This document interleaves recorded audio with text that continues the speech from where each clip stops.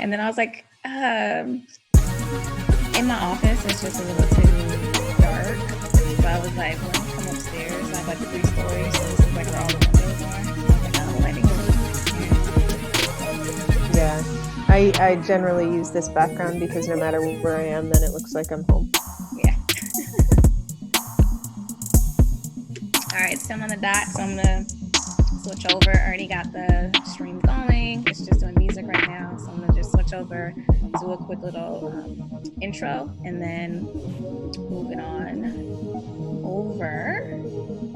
Cool.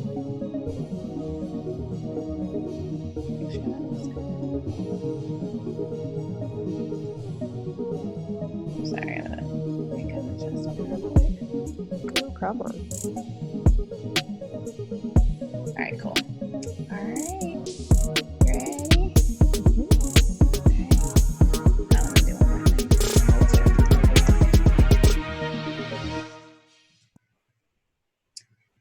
Good morning, everyone. Welcome to day 2 of the Entre Goals Doing Business in Nevada Summit. I hope you guys enjoyed day 1. We had some amazing advisors come and talk through everything from starting a company through different types of entity types, all the way to all the things you can do with technology and building your own software. So day 2 is going to be really fun, talking about more high growth things that you can do to actually accelerate the growth of your business, tools and resources that you can tap into. So Entre Goals, we started this. It was really all about how do we provide great information and resources to entrepreneurs looking to start and grow their businesses or entities, whatever you're really trying to do. How can we provide you great resources in doing that? And today, we have the opportunity to connect with a great entrepreneur and resource and someone who has been super active in the Las Vegas community, Heather Wilde. Hey, Heather. Hello, how you doing? So I've met Heather several years ago, but she is an amazing resource, not just to me, but to several other people in the state and in the city of Las Vegas and beyond. Heather is the CTO of Rocketeer. She also has her own conference coming up, and Articonf. That's amazing. She is known as the eighth employee of Evernote and also the Unicorn Whisperer. I'm sure she'll tell you guys a little bit more about that. She's published games with really big Fortune 100 companies, served as a mentor, coach, and also a lot of work with women and girls in technology here in Las Vegas. So without further ado, Heather. Hello, thank you, Shavana. So, as Shavana said, I've done a lot of work. I'm very passionate about STEM, especially with making sure that we have a pipeline of engineering going forward into the future. My personal mission is to make the world more like Star Trek than Skynet. So, everything I've done in my life is towards that goal, including game design, working at Evernote, and the things that I do in the Las Vegas community. And for today, one of those things that I'm going to talk about uh, is something that we developed at Evernote. It's something that every company uh, works on, but they don't necessarily have a name for it. At Evernote, we called it elephant spotting. So those of you that don't know, the logo for Evernote is an elephant. And so when a company starts out, they come up with their logo and everything, and then you have to come up with the right metrics for the success of your company. So for us, we dubbed that elephant spotting. So I'm gonna start talking about how you can come up with your elephant spotting goals for your own company.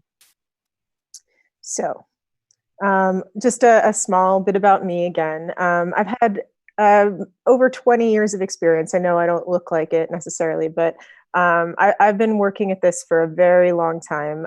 I just finished my term as the advisory board chair at UNLV Engineering School, and now I'm on the executive committee there. I was an early employee at both Spirit Airlines and Evernote, so that gives me an interesting mix of experiences. And that Spirit Airlines experience was extremely useful at Evernote. I've won a lot of awards, more than I can list here. These are pretty cool. And I write a column for Inc. magazine and for Forbes.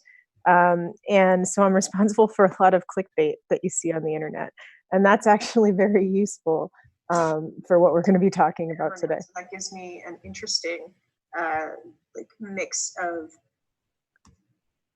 So when you have an idea, when you're starting out with a company, you need to think about where you what is useful about that idea.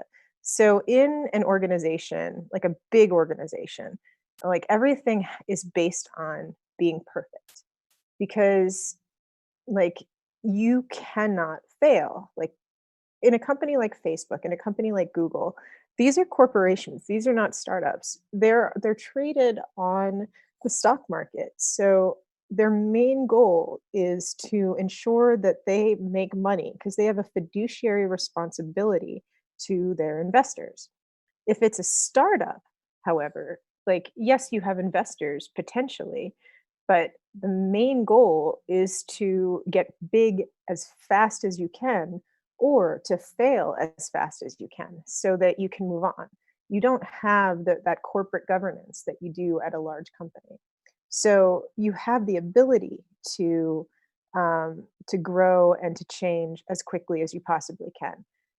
You can innovate, therefore, in a way that large companies don't have the ability to.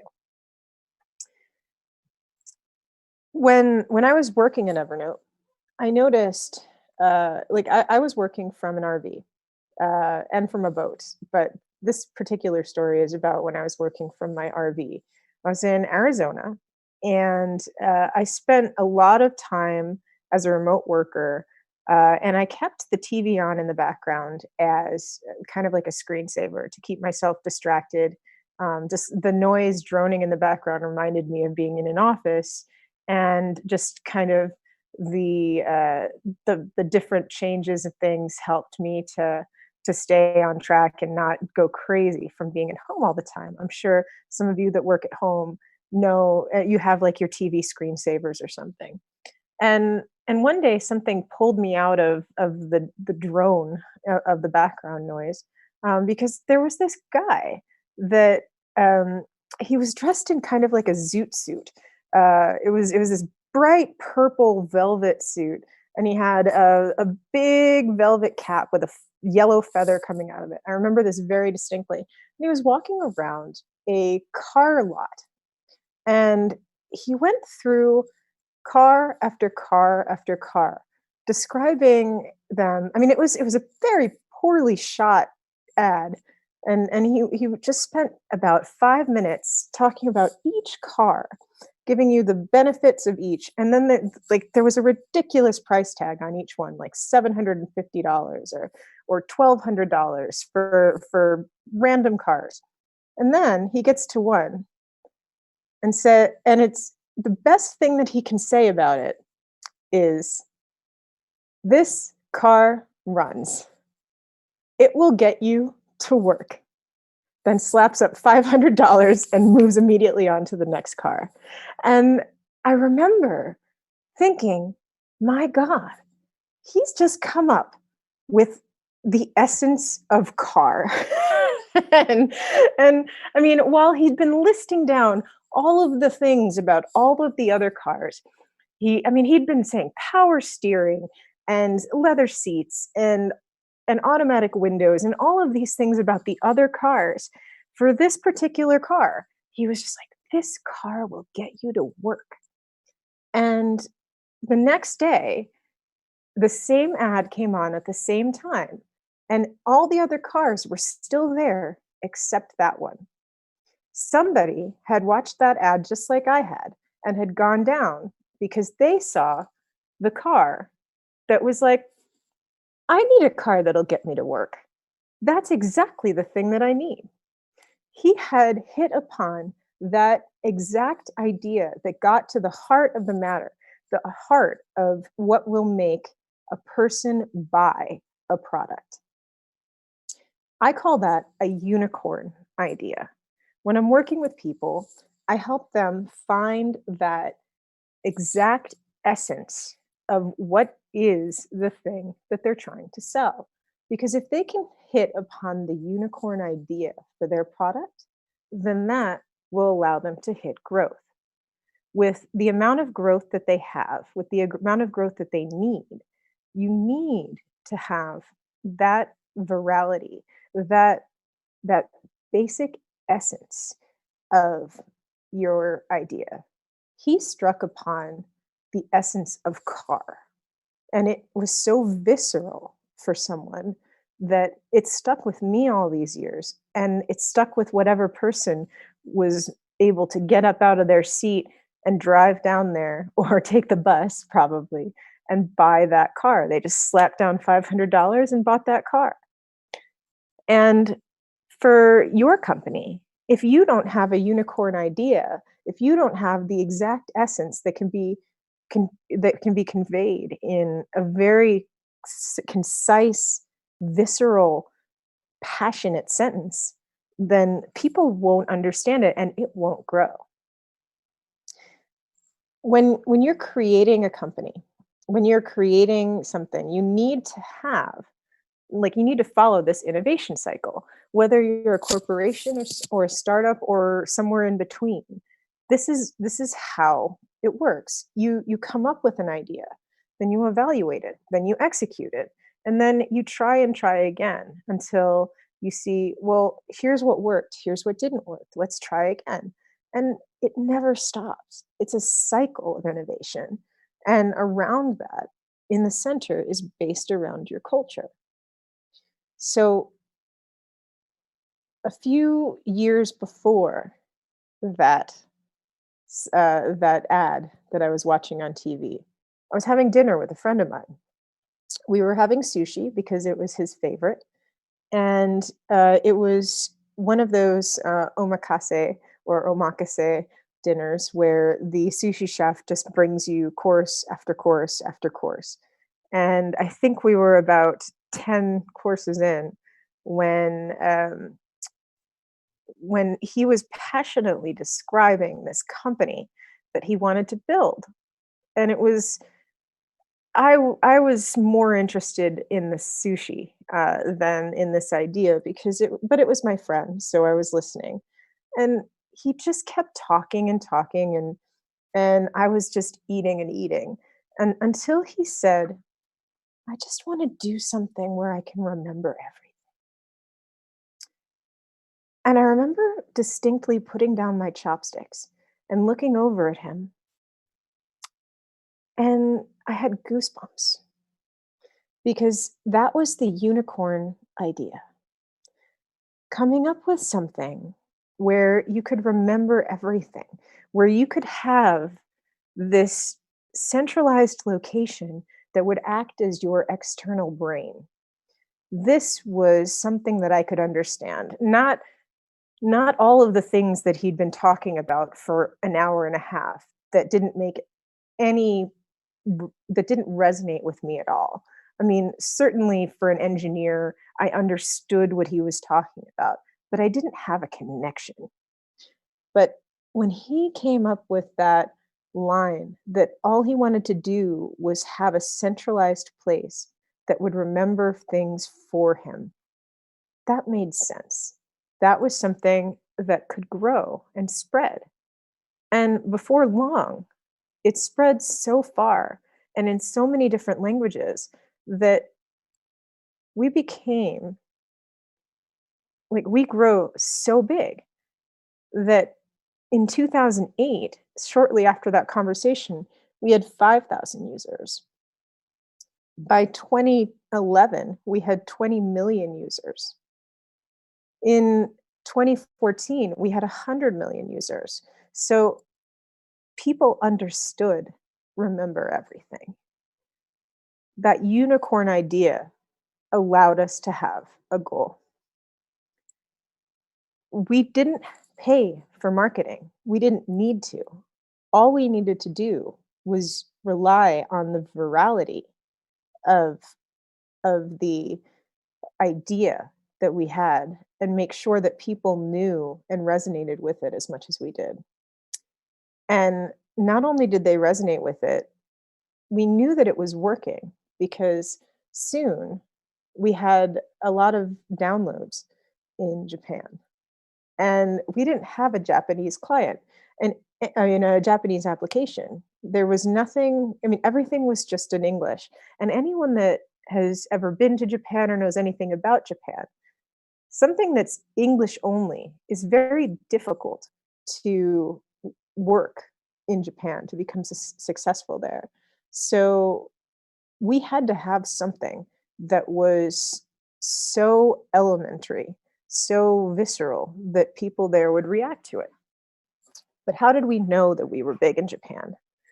Well, we started to measure certain things, like we measured our downloads, we measured our daily active users. We measured all sorts of things like that that allowed us to know that we had more users activate our application in Japan in a shorter time frame than we had anywhere else in the world.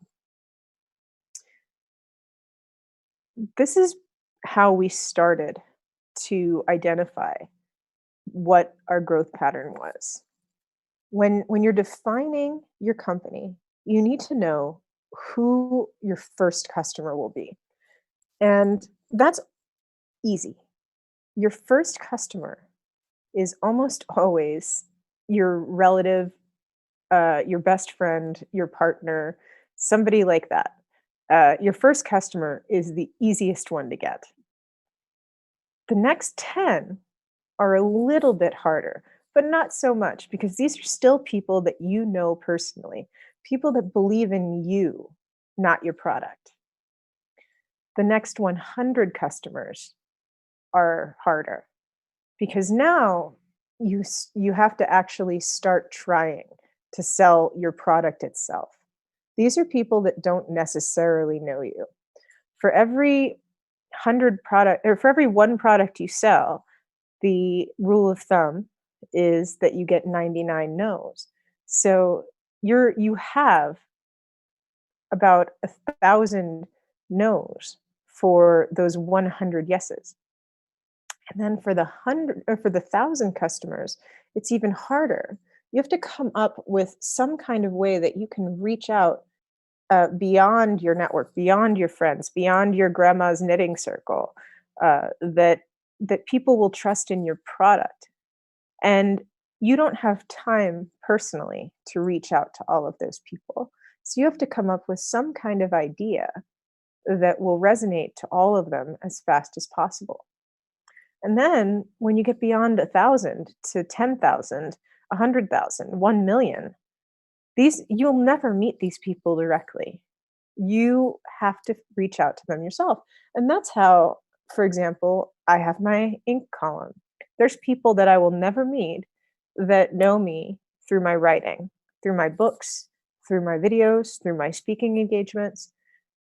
I personally have extended my surface area because I've connected through people that have a 60 million user a month reach, or through Quora, which is 180 million people around the world that read my writing. So, what is the growth rule that you can do for your business, for yourself? You don't you won't be able to reach these people on your own. So you're going to have to find a way to reach them somewhere else.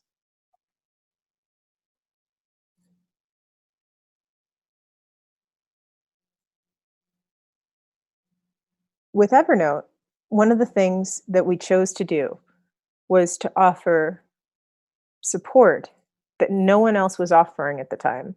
So while we weren't the only note taking service, which that wasn't what we thought of ourselves as, but that was the category that other people put us in, we were the only one that offered any kind of support for it.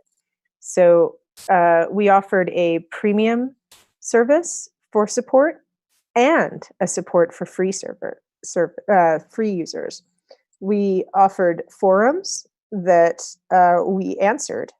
And those forums are still extremely lively and answered all the time. But in order to help us, because there weren't very many employees, we found our most passionate users and made them evangelists, made them moderators to the forum, and gave them free access to Evernote and gave them gifts and all sorts of things to help them. So they're extremely active still. And we went multilingual. We started to translate the application in languages for places that we thought would be very strategic, places that were already seeing growth, and we were measuring those metrics. So that was helpful to us to continue to grow. And how did we measure those? We did those through something called OKRs. That's objectives and key results. These are how you can stay focused and work towards important objectives. We set OKRs for each quarter in every department within the company. The objectives are things that you want to reach. And the key result is whether or not you've actually made progress to reach it. So, this combination of an objective and a key result allows us to know if we have grown. In order to do this, you need to tie it to your purpose and your vision. With Evernote, our purpose was to make sure that we provided a safe space for people to store their memories. And our vision was uh, a bit more. esoteric, but the vision of Evernote was to become people's digital brain. So this is the way an OKR tree looks when you're defining it within a company. So for the company itself, at the very top are the purpose and vision. And then the company will have OKRs. For example, you'll for quarter one, you may want to have OKRs regarding acquisition. For OKR two in the second quarter, you may want things about reaching new people in uh, a new country. Like, so making sure you're acquiring new users in Japan. And then the third one may be ensuring that you keep your existing users happy in America. Now, the ones below that will be team OKRs. So each team will come up with OKRs around the company objectives. So, for example, to acquire new users in Japan, the support team would come up with an OKR about creating a forum in the Japanese language and hiring a certain number of Japanese language support staff. The marketing team would come up with an OKR about um, ensuring that they have a certain number of marketing specific, Japanese specific marketing releases, uh, and that they have, and that those marketing releases are sent to uh, Japanese language people that are already in the system. So, what these are types of OKRs that you need to define. As I mentioned, you need to separate them into quarters. You need to prioritize them based on what the OKR is and when they should be due.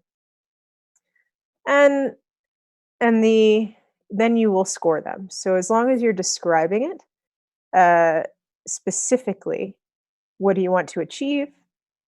How will you measure it? And was it achieved? Here is an example. Uh, Launch our business in the US market by Q1 2018. And then delivery of a US legal entity with staff, initial proof of concept sales, and clear path to profitability measured in terms of sales pipeline. So, like I said, this is a specific objective, and then the key result. Here are the types of things that you are trying to define. And did you hit this? If you did not, I mean, if you abandoned it, then it's a 0. If you hit it part way, then you can measure it along the way. And then when did you get it? So if you hit this in Q1, you can just decide where uh, like where you are in the timing. So if there's room for improvement, then you can mark that. If there's no blockers, or if there are blockers, then you can mark that. And these are just little notes that you can put along the way. So when a manager, like an overall VP or somebody in the company, is looking at, or the CEO even, is looking at the OKRs that you have, they can see whether everybody's hitting their goals or they're not, or if perhaps you've set the goals too aggressively. Or if everything's in 5s, then you haven't set your goals aggressively enough.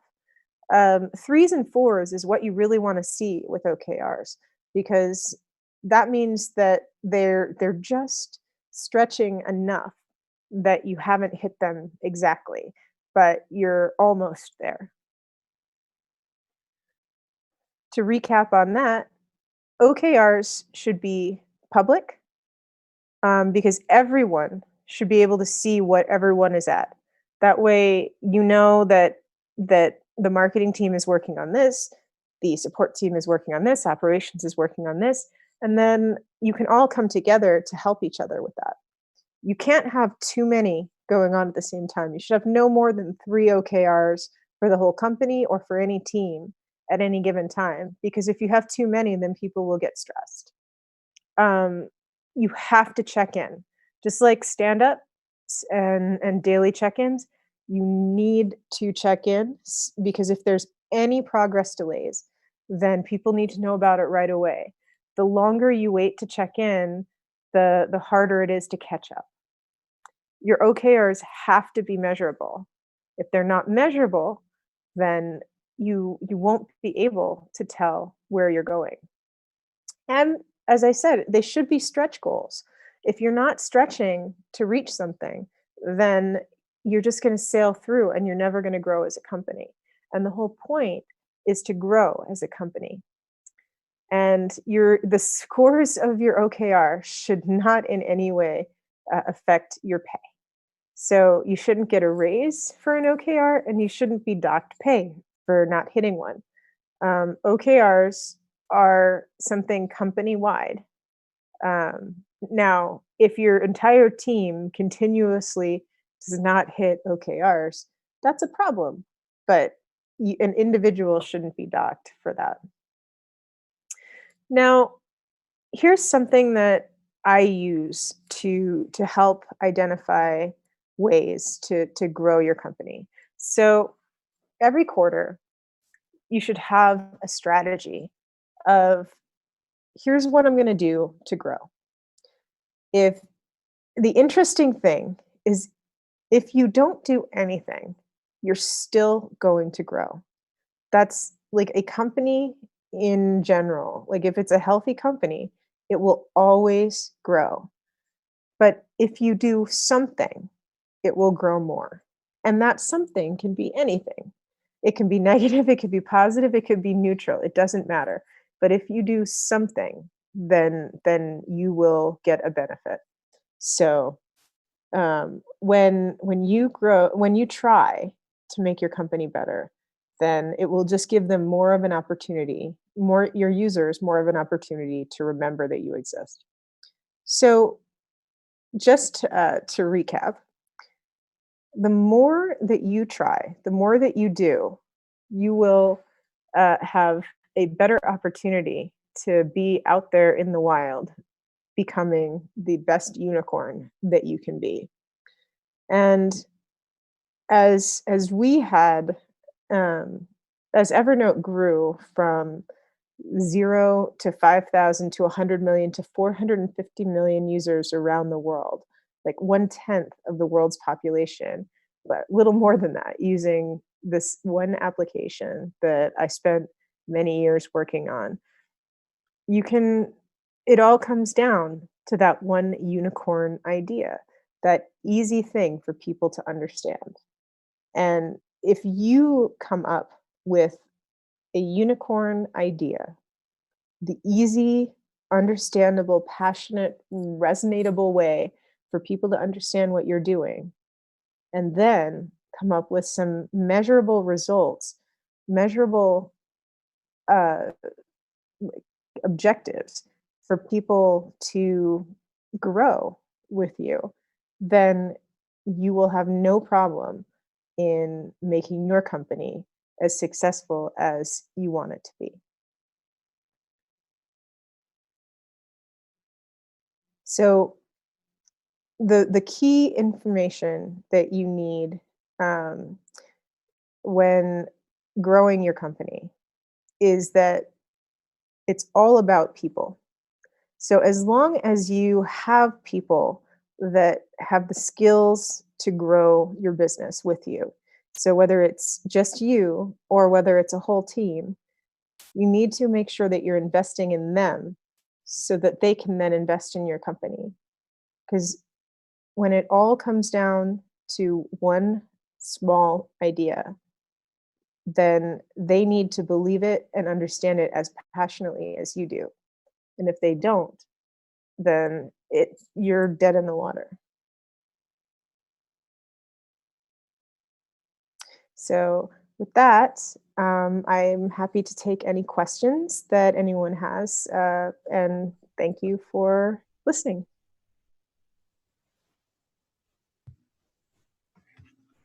Amazing stuff. Thank you so much, Heather. Thanks. I have some questions for you. So, how you talked early on about elephant spotting and how to find the kind of like that core great idea. How do you test that? Like, what is a good way once you think you have it? You're at that dinner and you hear it. How do you have that maybe carnal feeling? But how do you test that and make sure that it's something that other people share? So the first thing that you do is like you act like a 2-year-old and you start saying the thing over and over again that made the first person get goosebumps, rather than repeat the first 10 courses worth of stuff over and over again. Now you're like, hey, remember everything. And like you just keep saying that. And then if people are like, yeah, I get that, then the more and more you say it and the more people that are passionate too, you act like, I mean, if you're suddenly a Pied Piper, uh, Silicon Valley joke.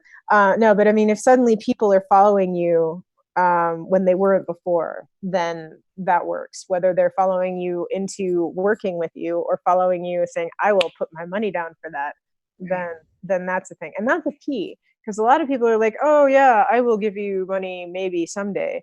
But if they're like, here's my money, give me the thing someday. Well, I think that takes me into another question then is when you're trying to kind of validate that even further, like what are some of the key indicators that you look for? Is it here's the money? Is it just the initial sign up? Like what are those things that actually help you really direct what to focus on in your business, especially if you're a small business and you don't have all the resources in either time or money? What do those indicators look like when you're ready to scale your customers? So there's things that I call vanity metrics. Well, not just me, but that are called vanity metrics. So a lot of people will chase like active users and signups and things like that. And that's useless. The main thing is, will somebody give you money? Because if they won't give you money, then you have no idea. And it's really difficult for you to get somebody to pay. I mean, even like 99 cents is difficult to get. A lot of people will RSVP for something. They will sign up. They'll even give you their email address, but that doesn't mean that they care. So so just think about it as yourself, as you as the customer. Like, what will get you to pay for something? And for most people, that's not much. So if you would pay even $1 for a thing, then that's the main metric when you're starting out. Got it. And then moving on to like a little bit larger companies, small businesses looking to really implement it, OKR system. Maybe they have 3 to 5 employees looking to scale up to 10 or 15. What are ways to keep those people accountable as you're bringing new people on your team? So you always need, like, the larger the company gets, you always have to give somebody a role of project manager. Whether you can have somebody full-time in that role, or even just like giving them the role to make sure that they are in charge of keeping people on track of the OKRs. So it's good to have somebody that has had at least Scrum training or something like that. But if they haven't, just at least give them, like, you are in charge of ensuring that people are kept accountable. Awesome. All right, Heather, thank you so very much for coming on today, talking about this. Can you share one more time where people can find you and what you have going on? Sure. So you can reach me on any of the social medias at Heatheriel. That's HEATHRIEL. My next thing coming up is Antarcticonf. So taking a whole boatload of people to Antarctica for a tech conference. And I have a new book coming out early next year on actually the early days of Evernote. So look for that. Awesome. Thank you so much. We'll see you guys in the next session at 11 a.m. Thanks.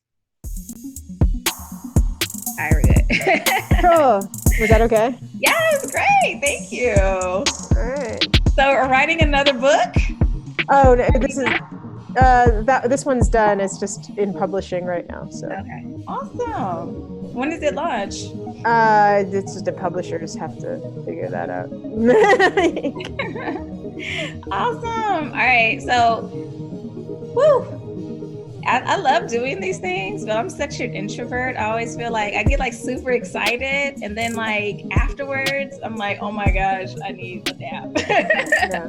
But thank you so much for starting off today. I think you, as always, give great insights.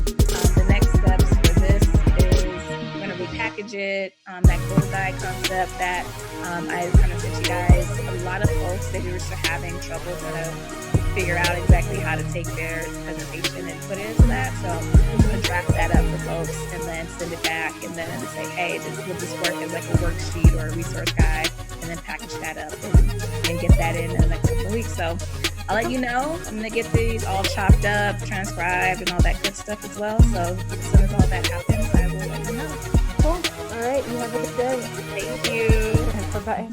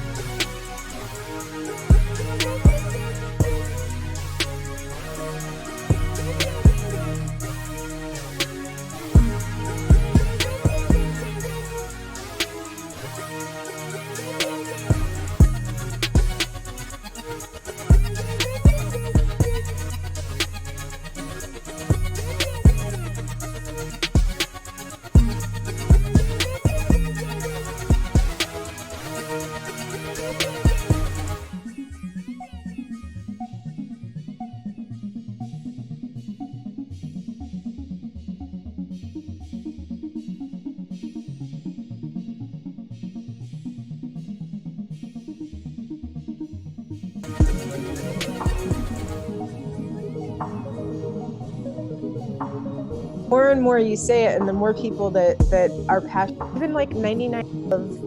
Oh, woo, 10 or 15. What are ways to keep those people accountable?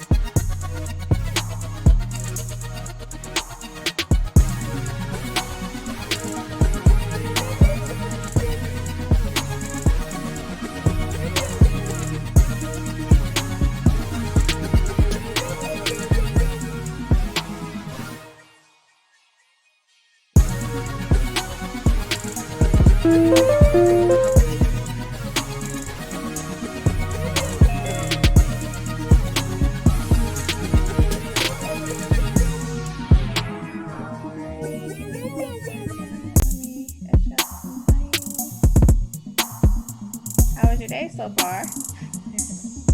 Other than the tech challenge, nobody told me about the server being down, and I had a better camera all set up in my office, but now I'm back to the laptop and a cell connection in a room that could pick up AT&T. So I'm finally here. Oh, you got all fancy. All right, I'm just trying to change this around. All right, so I'm going to start by pushing the wrong button on the wrong computer. All right, I'm going to do just a quick little, go ahead and close your presentation now. All right, Okay.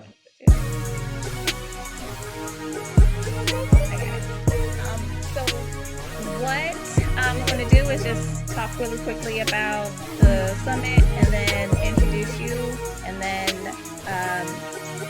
your bio information, and then hand it over to you. So whenever you're ready to screen share, go ahead and push that button after I hand it off. And then afterwards, I'm going to ask a few questions.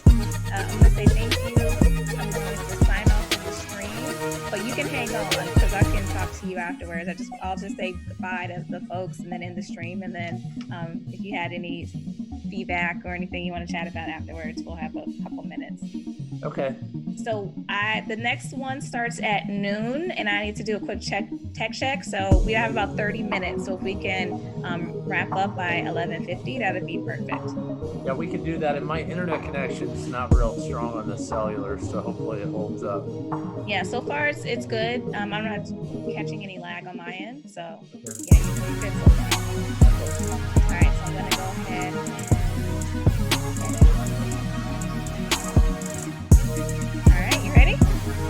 Yep, and then so do I need to share again, or?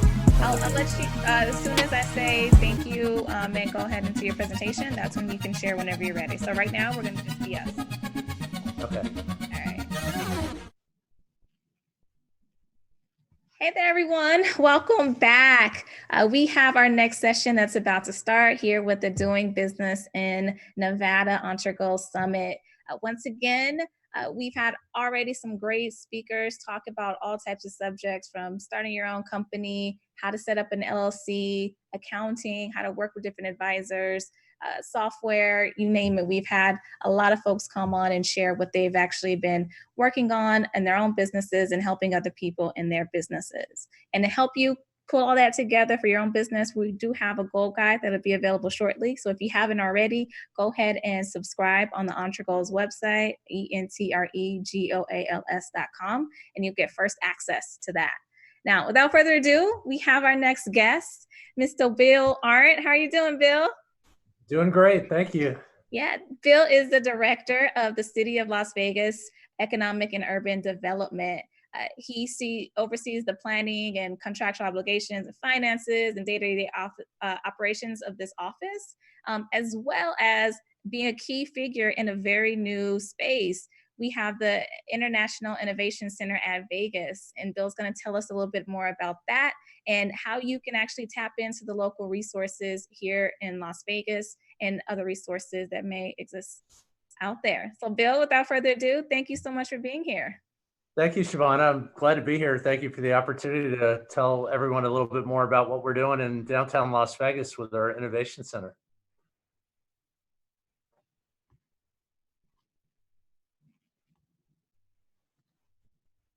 And Shavana, can you hear me? Did I lose you? Nope, you're all good. So whenever you're ready, you can go ahead and share what you're working on. Okay, so I wanted to talk a little bit about our Innovation Center in downtown Las Vegas, but wanted to kind of tell the story behind the story for your viewers so that they can really hear what's going on in downtown and why is the city of Las Vegas getting involved with the Innovation Center. So I have a brief presentation to share. Really wanted to talk about the story behind our Innovation Center downtown. And it really begins with a prior story. So we had an Innovation Center in downtown Las Vegas at the intersection of 4th Street and Lewis. Shavana, you were even a part of that with University of Phoenix Red Flint. And this is kind of a new life, a second life for that innovation space. The city of Las Vegas was making some great strides with some of the things that we're doing in our innovation district in downtown. And we saw this as a great opportunity. This space was vacant. There was basically 11,000 square feet in downtown Las Vegas that was vacant, that was shelled out, ready to go. And we said, hey, why not we, as the city, run an innovation center? And the idea behind this is we were really seeing a lot of traction in some core industry verticals of smart city, Internet of Things, autonomous vehicles, and then all of that really depends very heavily on cybersecurity. And so really standing up an innovation center to focus on some of those industry verticals, but really bring in industry expertise from small and medium-sized enterprises, but also global enterprises in those industry verticals. And we've had some great success. So I wanted to talk a little bit about that today. If I can get it to advance.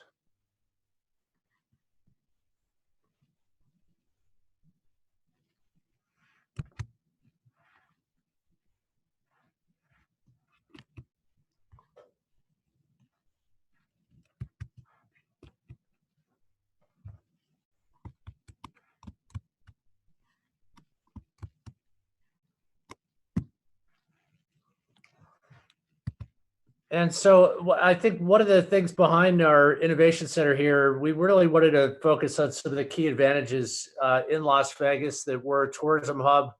We have meetings from around the globe visit us. I have the great advantage of not having to travel the globe. The globe travels to me to try to grow business here in our community. We have a great favorable tax climate with low operating costs.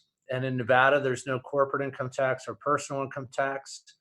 We have a growing skilled workforce that's lower cost than a lot of the tech communities neighboring Las Vegas and Nevada. There's some great incentives locally. And I really want to spend the most time talking about the business case that we believe we have for these industry verticals, and then how the Innovation Center ties into that. So the tourism industry, just at a glance, it's kind of what drives Las Vegas, and it's our economic engine. In 2017, we had 42 million visitors, comparable amount last year in 2018. For the 23rd year in a row, we were ranked the #1 trade show destination in Las Vegas, in the country, Las Vegas being the largest. And we are actually larger than the next two largest US destinations combined. So we have, of course, CES coming, we have Black Hat coming. A lot of business and industry comes to us on a regular basis. We've had growth in that industry. And just to give you a snapshot, in 2017, we had 22,000 meetings, a similar number in 2018. So really a thriving global industry, the tourism industry. And then specific to CES, last year at CES, we set a record, and I think the similar numbers in 2019, almost 64,000 international attendees from around the globe, over 4,400 exhibitors, total attendance of 182,000, a lot of online influencers. And one of the trends that we were starting to see at CES is smart mobility, that we were seeing a large portion of the show devoted to smart mobility, where this show was actually becoming more important for the automotive industry to attend than the auto show in Detroit. And the reason is technology is changing rapidly for automobiles, for autonomous vehicles, for smart transit. And so we were seeing a lot of growth there at CES. We were also seeing that a lot of companies, the manufacturers that support those tier 1 automotive manufacturers, software companies, hardware companies, were exhibiting at CES. And so we thought of the idea that what if these companies, instead of just coming once a year and trying to basically do work in a city within a city, what if they had a soft landing where they could use a facility year round to focus on some of these technology solutions and hear the best and brightest ideas from not only large companies, but also small entrepreneurs, some growth companies. And so the idea was really having a soft landing. So it's not really your traditional innovation center accelerator. It's more of a global contact center for some of these industry verticals. We also have a lot of shows like AWS's reInvent, which happens every fall. It gives companies that are trying to connect with this global supply chain more access to display their product. And so what makes us unique? I think you could get started here maybe quicker than just about any large or medium-sized city in the country. We have a great tax climate, as I talked about. We also are really strategically located in the southwestern US. And so you see there a map of how physically close we are just from a trucking or a logistics perspective.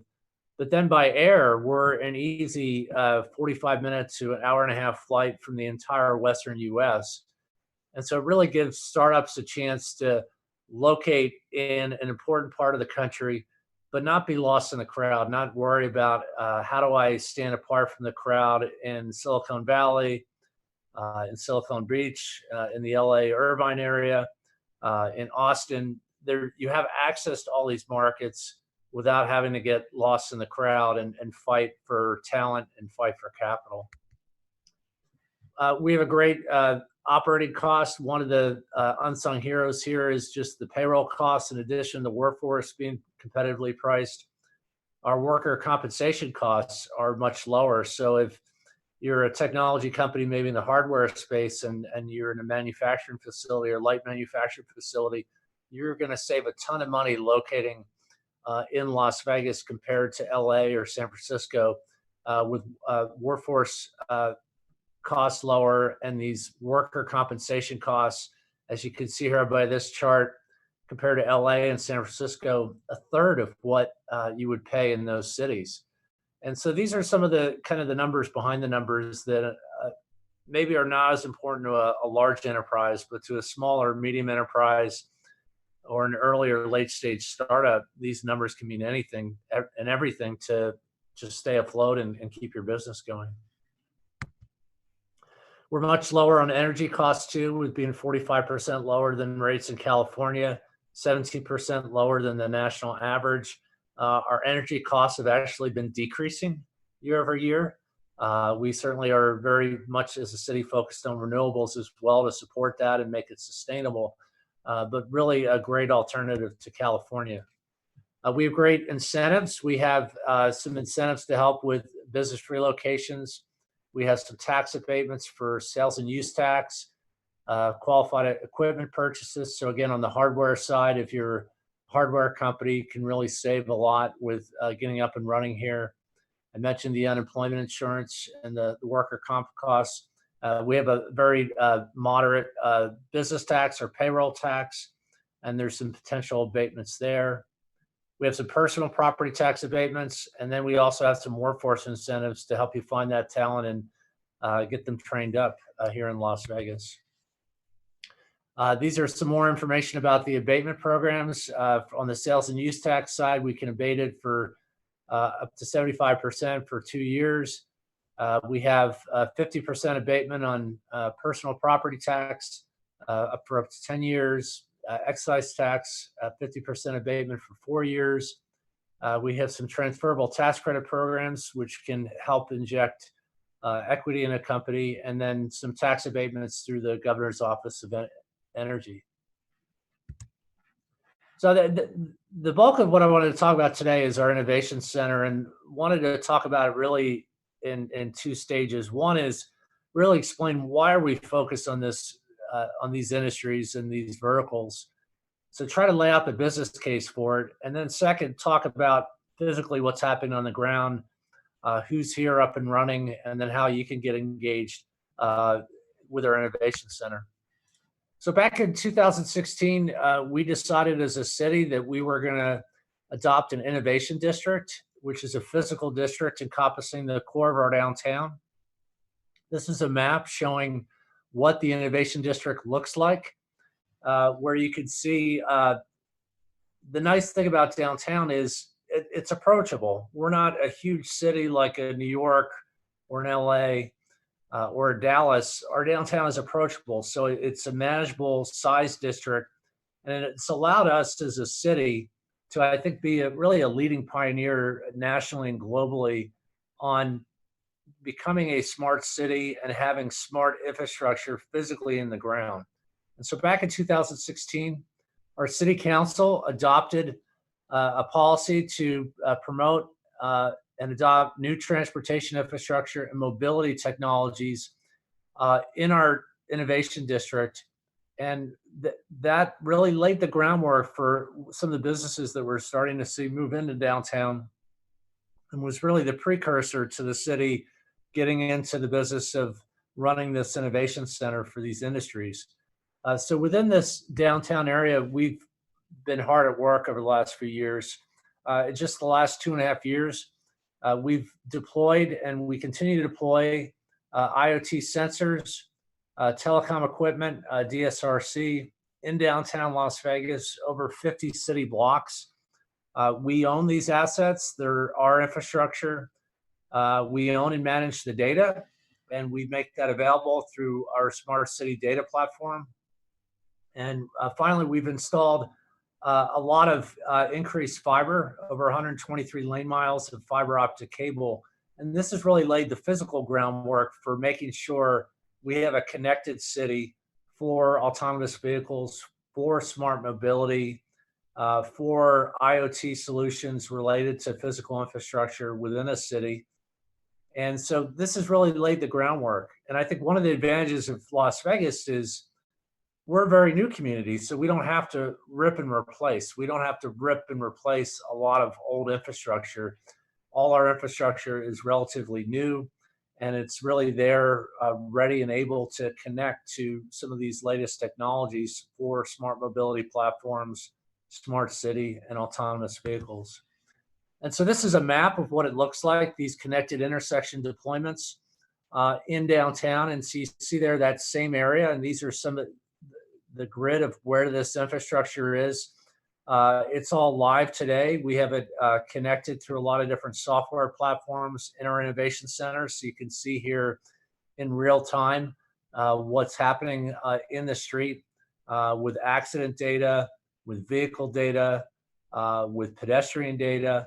And this is really opening the door for a lot of interesting conversations with vendors, with technology providers, with software companies on providing solutions for smart mobility for Las Vegas, both from a community perspective, but also from a business perspective.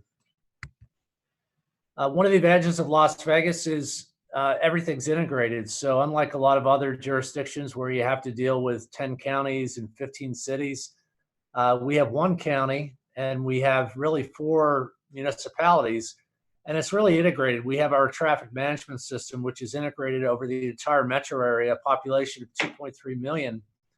And what that allows us to do in our partnership with the RTC, the Regional Transportation Commission of Southern Nevada, is that we can access that data in our innovation center and on our smart city open data platform and start to figure out how everything connects from a transit perspective, from an autonomous vehicle, a smart mobility perspective. As an example, we've had a long-standing partnership with Audi to partner with the city to have real-time communication with that system, signalization, signal alerts, basically vehicle to infrastructure communication. It's been a great partnership, and it's just an example of the types of partnerships that this platform enables. I think we've been an early adopter. We've been, I think, lauded in the press for being willing to try anything. And so the idea of this is, rather than the city decide this is the best technology for what we need, we want to let our vendors tell us. We don't want to make assumptions on who has the best solution. Just go with large enterprises, enterprise solutions.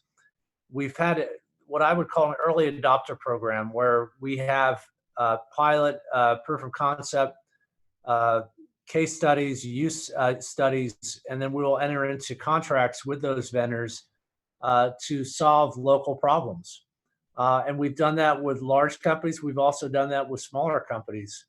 An example of this is we had the Navi autonomous shuttle, which was the first fully autonomous shuttle in live mixed traffic flow within the US. And we also signed a memorandum of understanding with NTT Data out of Tokyo to help us with software and hardware solutions. And so this is just a quick visual on some of these partners. And I think this is one of the advantages if you're a startup or whether you're early stage, late stage, and you're in this space, you have access to basically a network of companies that are the best and brightest operating in this space, from Internet of Things, industry vertical, connected and autonomous vehicles, communications, data analysis and infrastructure. And so this is really one of the advantages we were trying to create in this innovation center is we don't need to be the best at everything, but we think we are one of the best, if not the best in the country at this. And we want to continue to grow this and provide a platform for these companies to launch their products, software, hardware, and have solutions for smart mobility, for IoT, and also the cybersecurity that's needed to make all this work. So what are we doing? How do we enable this? Well, not only did we have the infrastructure in the ground, but we needed basically a hub to have everybody meet to locate on solutions. We actually started this within City Hall in one of our ground floor meeting rooms, and we ran out of space. We were a victim of our own success. And so we found the Innovation Center spot in downtown, again on 4th Street at 4th and Lewis, an 11,000 square foot center. And the idea behind it was to have it be a customer briefing center for companies large and small to basically showcase their product, but also for smaller companies, for startups to actually grow their business there. NTT Data is one of our founding partners.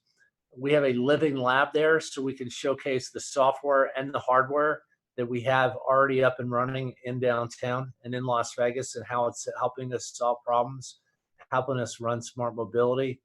It's strategically located in downtown, close to our tech industry here, but also close to our convention industry and our resort corridor. So when events like CES, AWS, reInvent, Black Hat, others are in town, you can easily drop in and drop out. And it allows smaller companies, not just from the US, but global companies. We have companies from Australia, companies from Israel,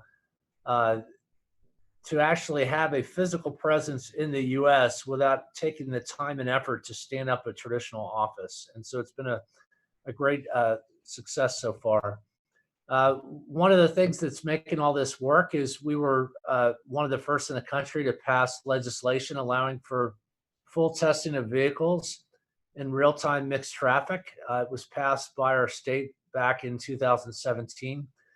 And so that basically laid the groundwork for putting all this infrastructure in the ground, vehicle to vehicle, vehicle to everything, dedicated communication platforms across different channels with DSRC, with the advent of now 5G, and making sure that our infrastructure is ready to accept this technology. We're working very closely with our regional partners, with the state and with the RTC. And we also have great support from our university system, both in Las Vegas and Reno, both of which have smart mobility platforms and are training graduates in this space.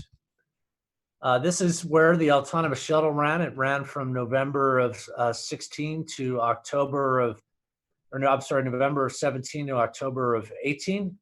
And it was a great success. We had almost 100% success rate as far as no issues with the technology. It was a Navia vehicle operated by Keolis. It was a 6 square block loop. And that really was kind of the initial test case.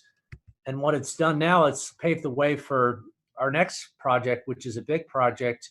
We have some money from U.S. Department of Transportation, and it's funding a project called GoMed in our Las Vegas Medical District, where we're going to have 4 autonomous vehicles and also 100 connected vehicles with in-dash connected units to actually have the system being integrated, talking to each other, focusing on short distance autonomous mobility for employees and employers operating in our medical district, which is home to our Trauma One center, healthcare center, surgery center for UMC, home to Valley Hospital, UNLV School of Medicine.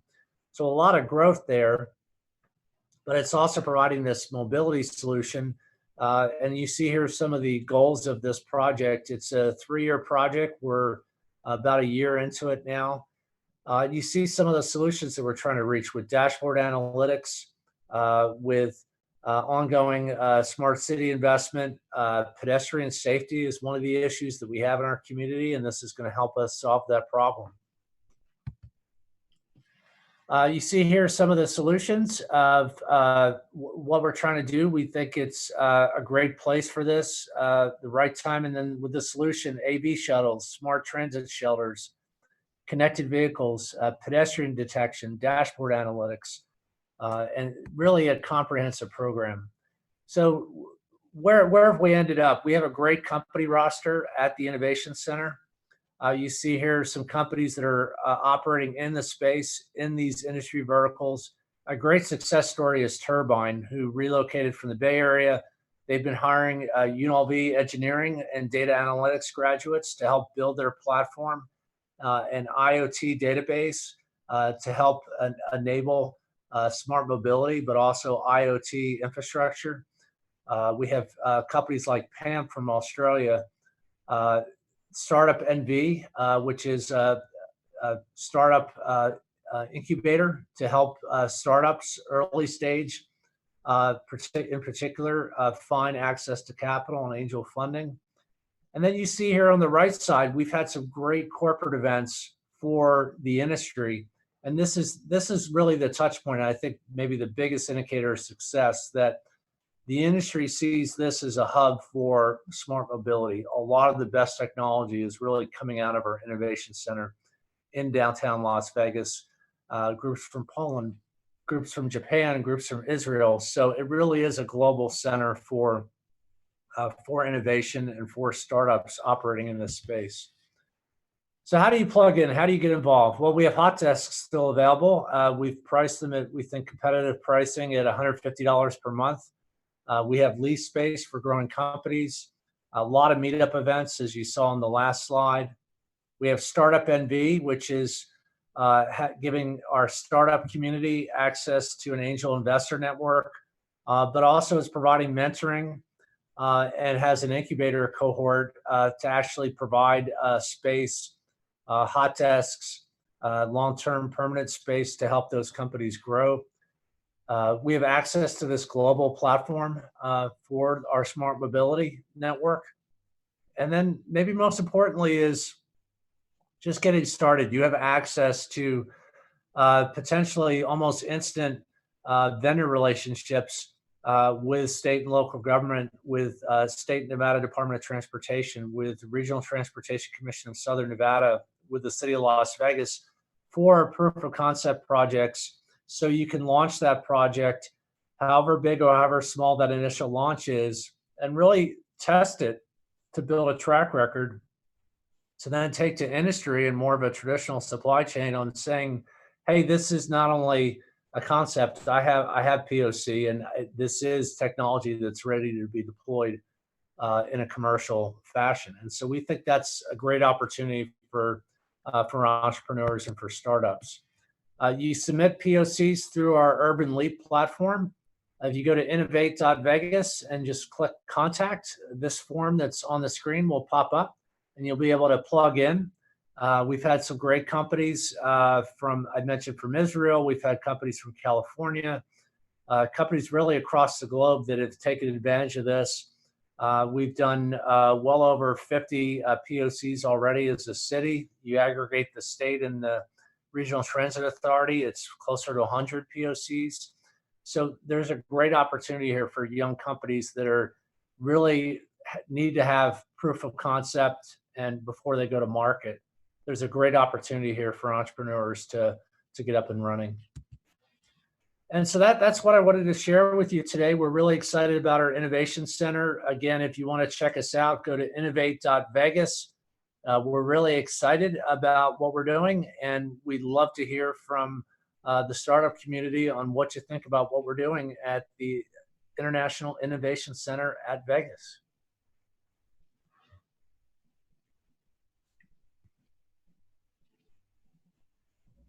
All right, thanks so much for all that information and insight. It's really amazing to see just how the city of Las Vegas has grown and is growing, and especially within innovation and technology. Can you give some more insight into becoming a vendor? So are you looking for any specific types of technology projects, or what's the size of the company that you're looking for? Like, what are the requirements and what's the ramp up time to go from I submitted a proposal to maybe getting that actual product or prototype out into the city? Sure.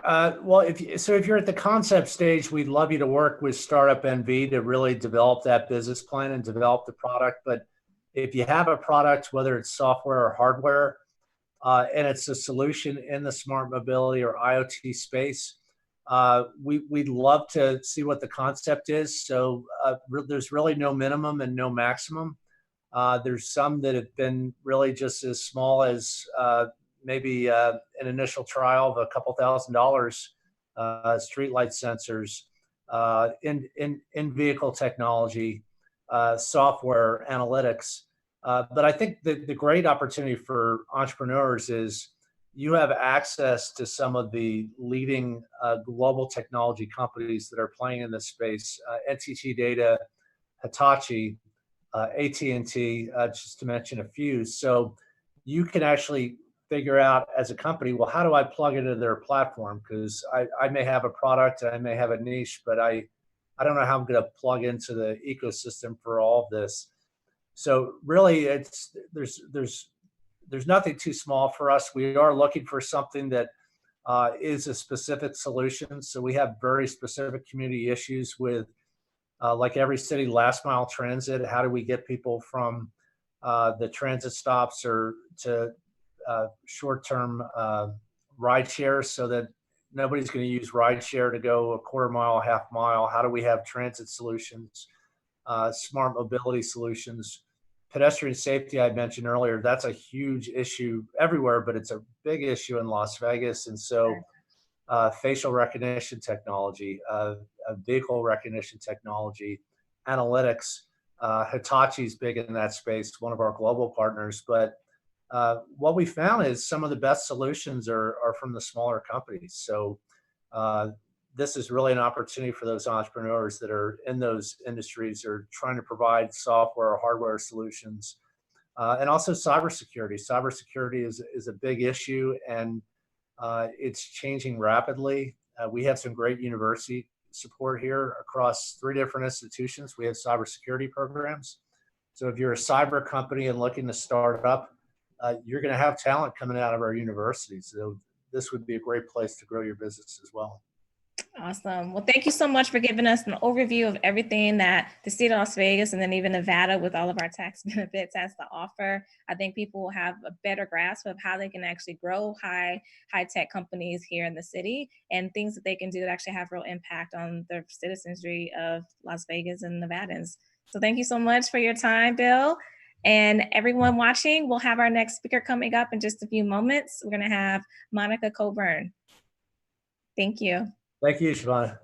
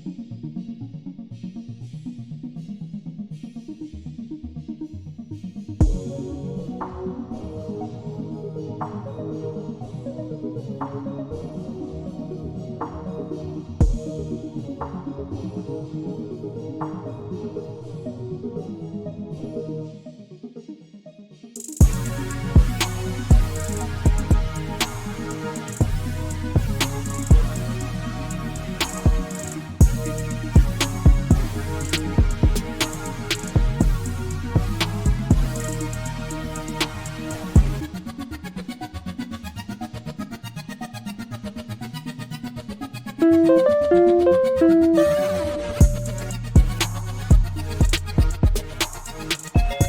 3, just some quotes.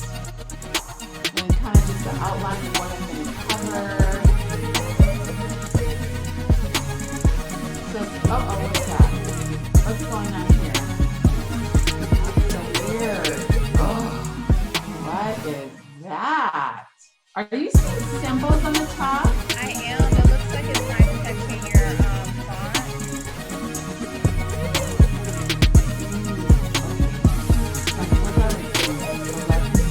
Yeah. We can start within the next 5 minutes. So if you want to go ahead and fix that, like it's no super rush, we will get started.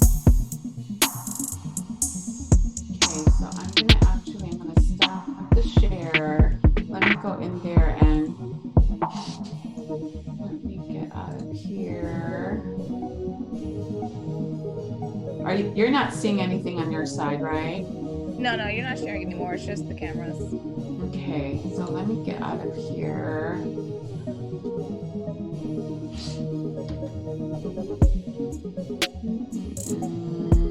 That's so weird. It doesn't, yeah, when I pull it up on my end, it doesn't show those crazy symbols. I'm going to try to retype this.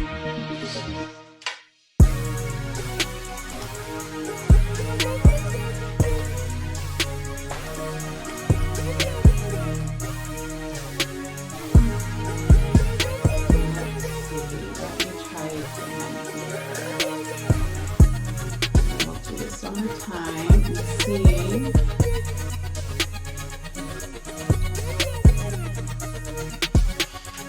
How's it been, by the way? I know you started yesterday. Yeah, we started yesterday. It's been great. We've had Gina Bongiovi and a CPA talk about doing, one thing that I talk to her a lot about for a presentation is like putting them together, because I know personally, and then for other people, having an accountant on one side, having a your attorney on the other side, how do you help them interact? So they talked a lot about what that's like for a business owner and for a business. So it was really good to have them together and talk about how to kind of build out your team, your advisory team, and what that right? Yes. Go ahead and make that full screen. I want to make sure it looks good on my side. Are you seeing anything on your side?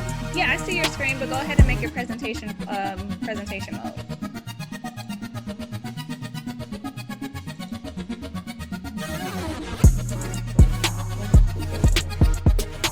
It's in the document recovery thing. Is it open? So go ahead and click it on the side. Yeah, double click. Okay, here we go. Don't be making me nervous now. Okay. You're good. Go ahead at the bottom, I guess right for you, where it says like the slider for the 80%. Go ahead and click that presentation button right next to it. Looks like a box with legs. Yeah, I'm clicking it. I don't see your cursor.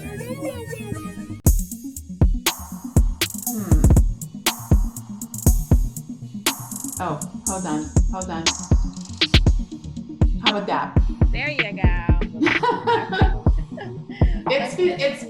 It's been one of those weeks. I had a big project I was managing yesterday, so yeah, it was a success, but a very late night, so I probably am operating on a couple hours of sleep. It's all good though. It's all good. Okay, I'm gonna go back to that slide, and hopefully it's not. Yay!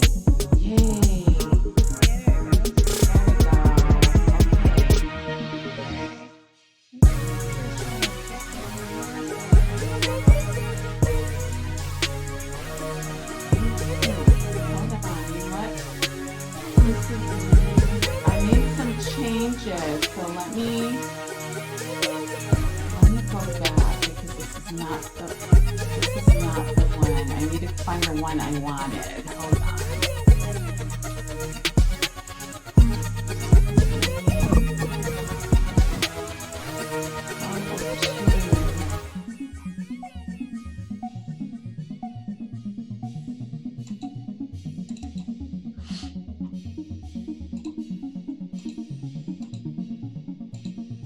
Ah, this is the one. This is the one. Okay.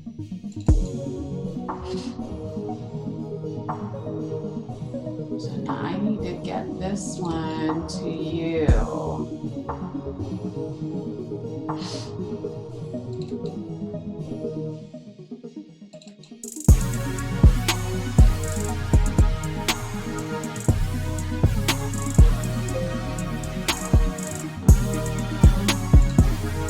Minimize that screen. I want this one. Okay, why is it not letting me do this?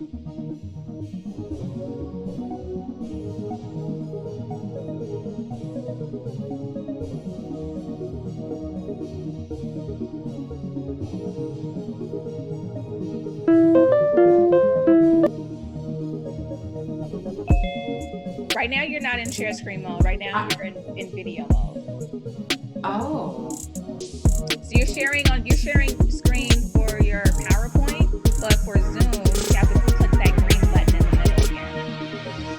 Okay, hold on. The green button in the middle. Yeah, the share button on Zoom. Yeah, I'm not seeing it. Hold on. Okay, oh, I see. Okay, let me do this. Thank you.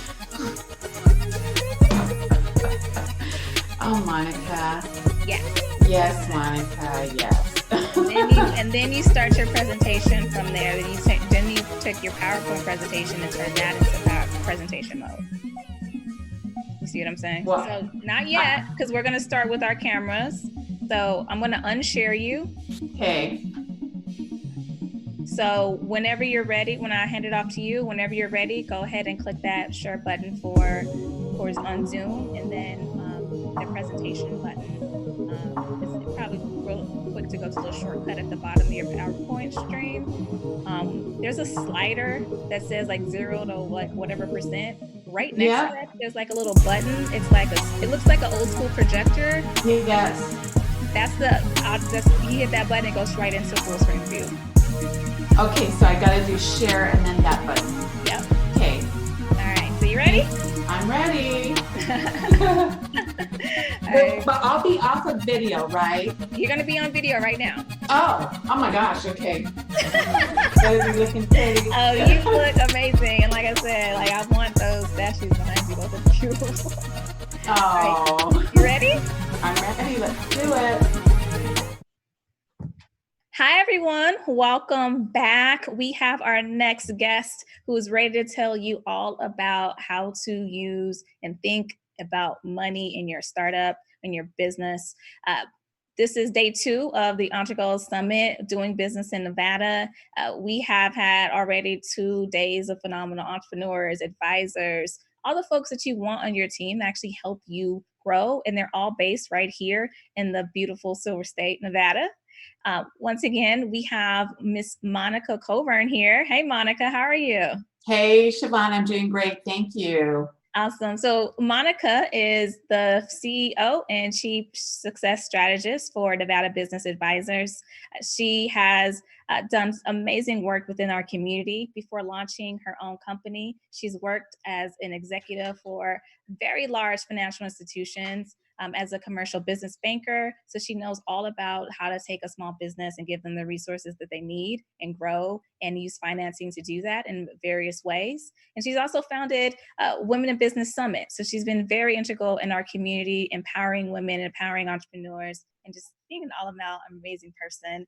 Even for someone like me, when I was really just trying to figure out the basics of startups, coming down and supporting us at our Startup Weekend events and giving access to her knowledge and expertise to new entrepreneurs. So Monica, thank you for being here. Thank you, Siobhan, and thank you for the introduction. I appreciate it.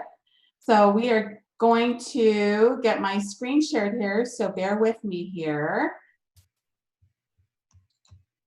And I want to make sure that everyone can see this. So let's see.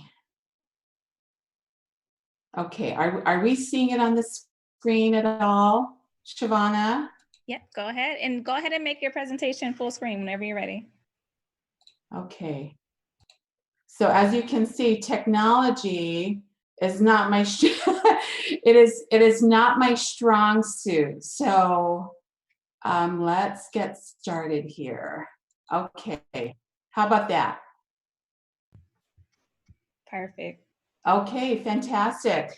So sorry about those few technical difficulties. As Shavana stated, my name is Monica Coburn, and I'm going to be talking to you today about one of my favorite subject matters, which is money. And so we are going to talk about money and about financing your business. So we are going to get into the presentation, and then there will be some time for Q&A after. So just some things that I saw that I thought was fitting. And so here are some rules. Number 1 is make money. Number 2 is use that money to make more money. And number 3 is to repeat rules 1 and 2. And we've all heard the verbiage, I think, that it takes money to make money. And so I don't think it's any surprise there. We've got some innovators and disruptors that we've had throughout time, and so I wanted to share some quotes that I thought was fitting for this presentation. Obviously, we have Henry Ford, a business that makes nothing but money is poor business. So there is more to business than just money, but it certainly helps. Richard Branson, of course, we know him from the Virgin brand, and him being an adrenaline junkie, and has done some amazing things throughout his lifetime and continues to do so. Never go into business purely to make money. If that's the motive, you're better off doing nothing. And we know that he's very philanthropic, and so that makes sense on that one. Rule number one, never lose money. You know, if you're in business, never a good thing to do. Rule number two, never forget rule number one. Price is what you pay, value is what you get. Warren Buffett, and we all know about Warren Buffett and the investor that he is, and the multiple companies that he's put his monies and dollars into. And then last but not least is Bill Gates. Business is a money game with few rules and a lot of risk. And as entrepreneurs, as business owners, that rings very true. So we're going to get into the presentation, and just want to let you know what I'm going to be covering. So first is we're going to talk about the types of financing for your business. Then, where is the money? What do banks and lenders look for? How do I prepare to get funding? And when should I ask for funding? So I really took the topic of money and financing, and I really wanted to stretch that box and really give you not only my perspective as being an entrepreneur now, but having been in commercial banking and finance, and kind of going behind the screen of what bankers really look for. And so really going to be sharing some tips with you that I hope will be helpful. So financing. So I'm outlining here some different types of financing, and usually what the purpose is for. So we're going to talk about business loans. Typically, when a business is looking for a business loan, it should be used for one of the following reasons. So either you are looking at buying a building for your business, you have an equipment need, so whether you're purchasing equipment, refinance of business debt, right? So if you have high interest rate loans, you can get a loan at a lower rate to refinance that business debt. Partner buyout. If you're in business with another partner, you're just not getting along, or something has happened in the business, death, divorce, whatever that might be, you're able to look at getting a loan to do that buyout of the partner. Business acquisition. So if you are looking to buy an existing business, that's when a loan would be of use. Tenant improvements. You're leasing space, so you don't own the building, but maybe you need improvements to build out that space, or you're expanding into the location next to you. So think of things like furniture, fixtures, you have a contractor coming in, flooring, painting, all of that. Buy-in. So occasionally I will talk to clients and they want to buy into a business. Not common, but it does happen, and that is something that a loan would be for. What I don't have on here is startup. If you are a startup business, startup company, you're looking to get financing, a loan would also be an option to look at. There are differences between business loans. So you have traditional and conventional loans versus SBA loans. And SBA stands for Small Business Administration. And that is a government guaranteed loan. And there are some clear differences between the two. And I'm just going to give you a high level overview. With an SBA loan, there's more flexibility with this loan product. And what do I mean by that? That means typically you have a longer term, the interest rate may be a little bit higher, but it's still favorable. The fees are going to be a little bit more, But the biggest advantage is really the flexibility that the program offers. So for example, if you were a startup business, it would be very, very, very difficult to walk into a bank and get a traditional loan that was not SBA. And the reason for that is it's a startup. There's no history behind it. With SBA, there is some flexibility with that. So that's just a one example. And the other type of financing is lines of credit. And sometimes with businesses, they say, well, I need a loan. And when I talk to a client or a business owner and I find out what do you need the money for, it's really a line of credit that they need versus a loan. And so what do I mean? Working capital. So if you're needing funds to hire people, add people to your team, you need marketing dollars, you need advertising. These are all intangible things. Whereas with a loan, it's typically fixed assets that you would get a loan for.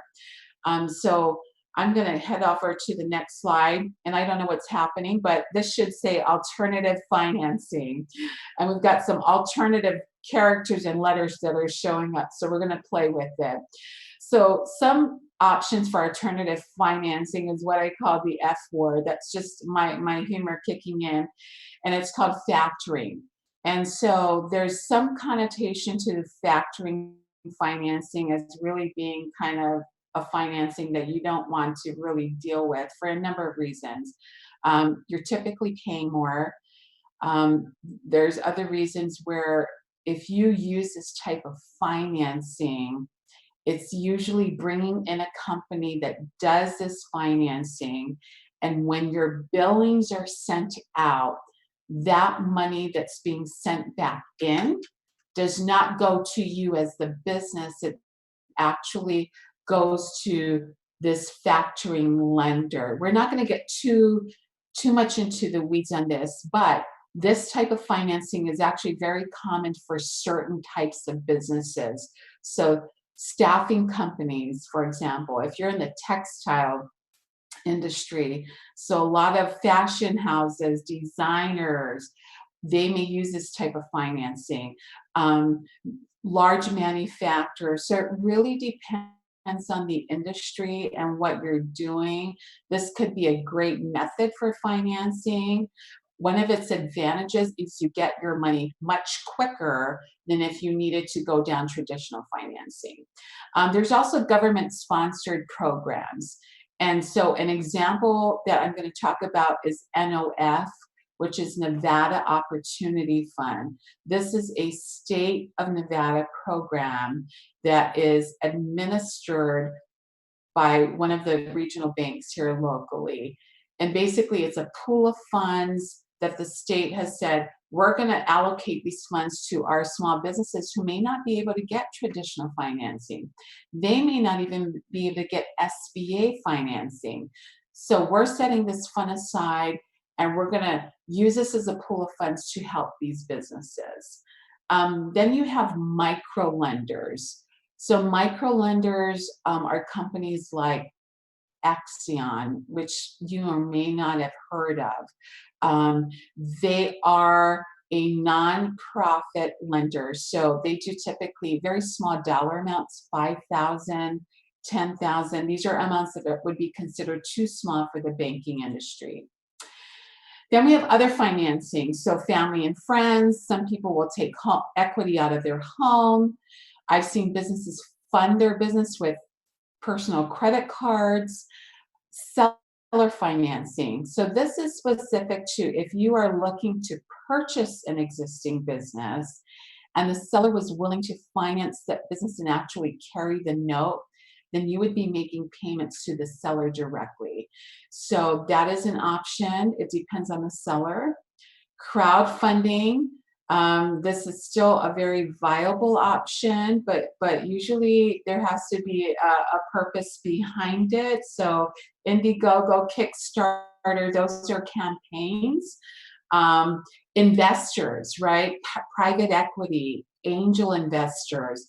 You may have private investors that are just an individual and they want to be investing in your business, but they may not be a family member, right? It could be someone that is in your contact list.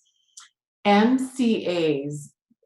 This, unfortunately, and again, this is the opinion of Monica Coburn, stands for merchant cash advances. And it's becoming a very dangerous tool, in my opinion, of businesses having to utilize this form of financing. And so what this means is a business who accepts credit card as payment, right? So think of a retail store, a restaurant, any company that takes credit cards can use this as a financing option. So there are companies out there that basically will take a percentage of those credit card sales on a daily basis.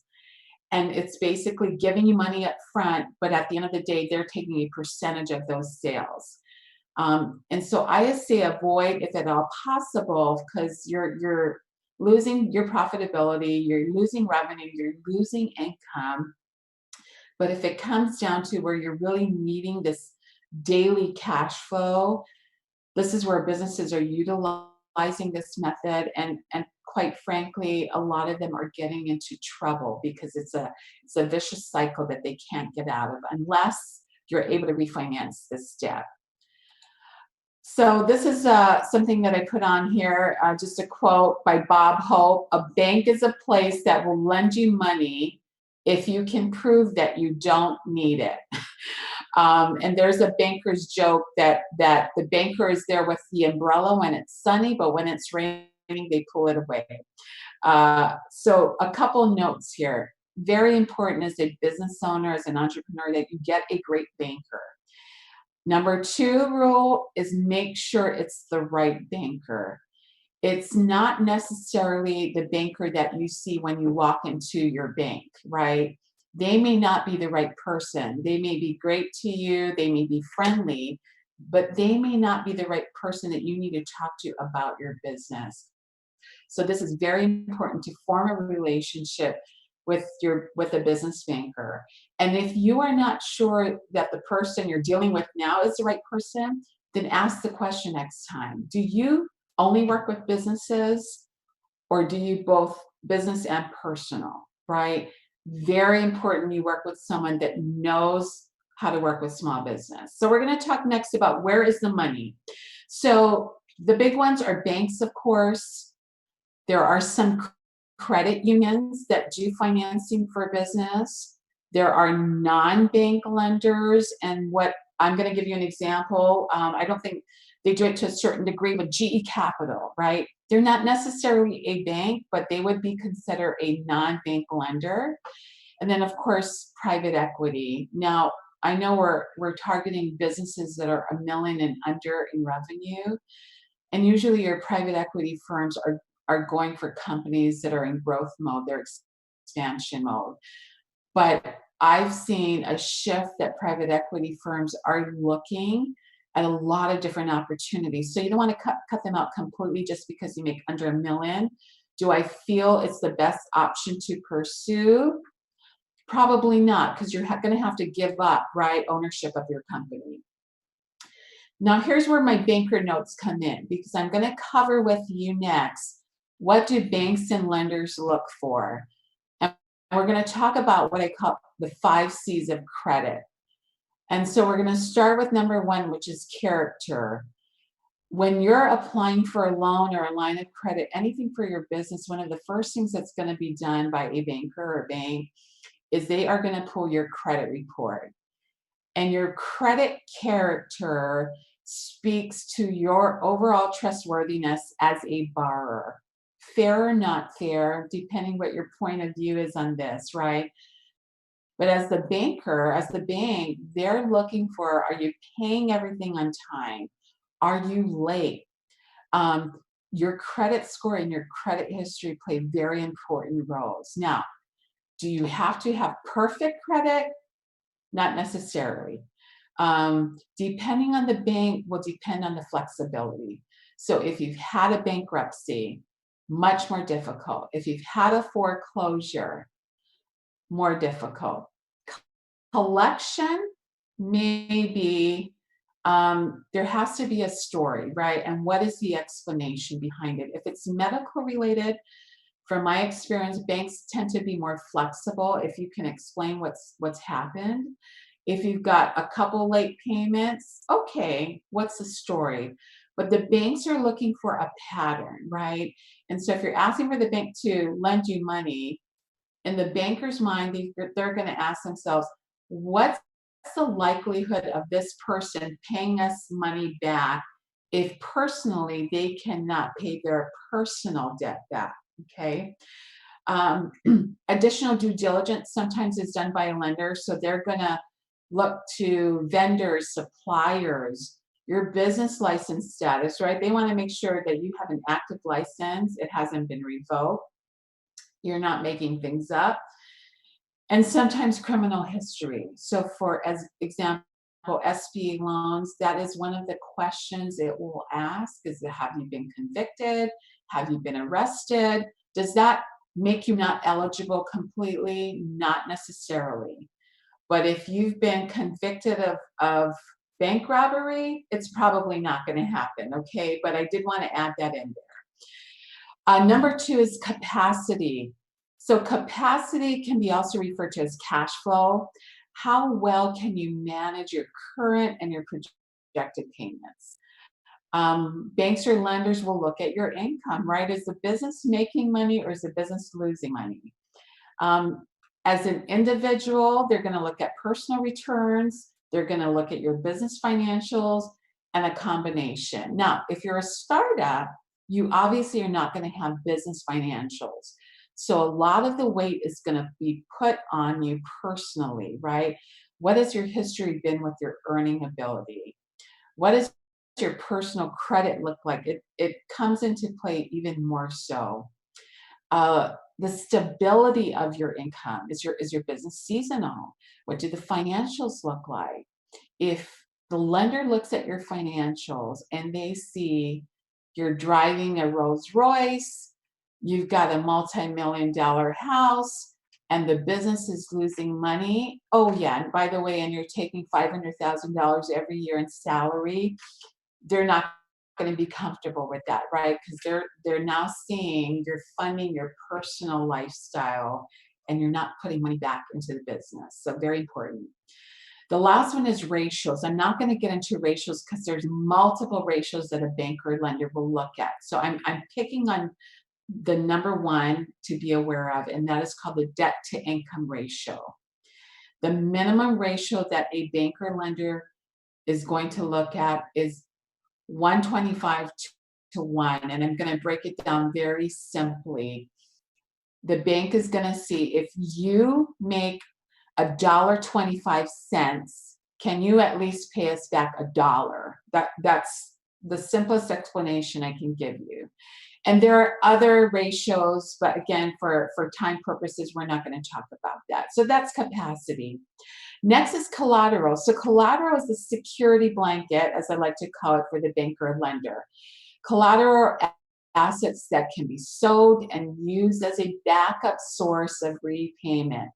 At the end of the day, the bank is lending on risk, right? Because they have shareholders, they have investors, and they want to know how are they going to get paid back their money.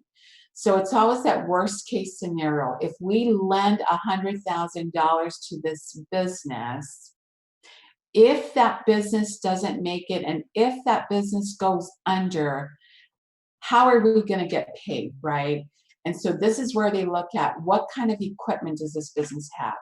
Do they own a building, right? Do they have any assets that we can take? So they're going to look, we need to liquidate things. And this is where this comes into play. And the example that I use is if you had a mortgage on a house, right? The bank would take your house as collateral. They would file a lien or a deed of trust on the house because that's their security blanket. They want to make sure they're going to get those mortgage payments. And we all know it happened about 10 years ago when the market went like this, right? A lot of foreclosures. So that's the mindset. Other examples of collateral: cash in the bank, inventory, equipment, real estate, accounts receivable. At the end of the day, the bank doesn't want to be a landlord. They don't want to go and take your collateral back. They want you to pay the money back. That's how they make their money. When it gets to this situation, it's a situation, frankly, they don't want to be in, but they will go and recoup as much as they can. And that's why collateral is really important. Next is capital. So if you're coming to the bank and you're looking for financing, they want to know how much skin do you have in the game. So I'm going to pick on a startup. If you're a startup business, you have no history, and you're asking for $100,000, if you're expecting the bank to lend you $100,000, not going to happen, because they're going to require you to come in with some of your own money. Every bank is different, so there's certain percentages. Some banks may say, we need 30% for you to come in with before we'll even consider giving you $100,000. Other banks may say, we need 50%, and other banks may say, no way to a startup. So it really depends. If you're looking at buying a building, you'll need to come in with some down payment, just like you would on a house, right? Do you have cash in the bank? Do you have a financial reserve or cushion, right? If you were to make a down payment and put in an injection on the loan, but at the end of the day, your bank account gets zeroed out, the bank's not going to be comfortable with that. So they want to see that you've got some reserves, right, for a rainy day. If anything were to happen, would you have something to fall back on? At the bottom line, the lender or the bank wants to see that you're invested in your business as much as they're looking to invest in you. Number 5, conditions. So these are things that really are intangible. These are the what ifs, right? The unknown. So what does the economy look like? What does the industry look like? And I'm going to pick on the taxi industry, right? Because we all know what's happening in the taxi industry with Uber and Lyft coming on board. They have disrupted the industry. And so if you are a taxi company, it's probably going to be more challenging to expand your fleet of vehicles unless you're long established, you've got great cash flow, and you meet all these criteria. It's more challenging because there's been disruptors in the industry. Stability, right? What's the stability of your industry? Look at retail and what's happening with retail, right? A lot of people are moving and shifting to online, and that's been continuing. Trends, and the bank will look at how the money will be used. So they're always going to want to ask you, how are you using the money? I'm going to go through this very quickly because we're running out of time. How do you prepare to get funding? Quick. So you got the mouse heading with the cheese, with the helmet. The mouse is ready to get that cheese, right? By failing to prepare, you are preparing to fail. So these are some things to consider. Startup versus existing. Make sure you follow those 5 C's of credit we went over. They're going to look at your personal credit.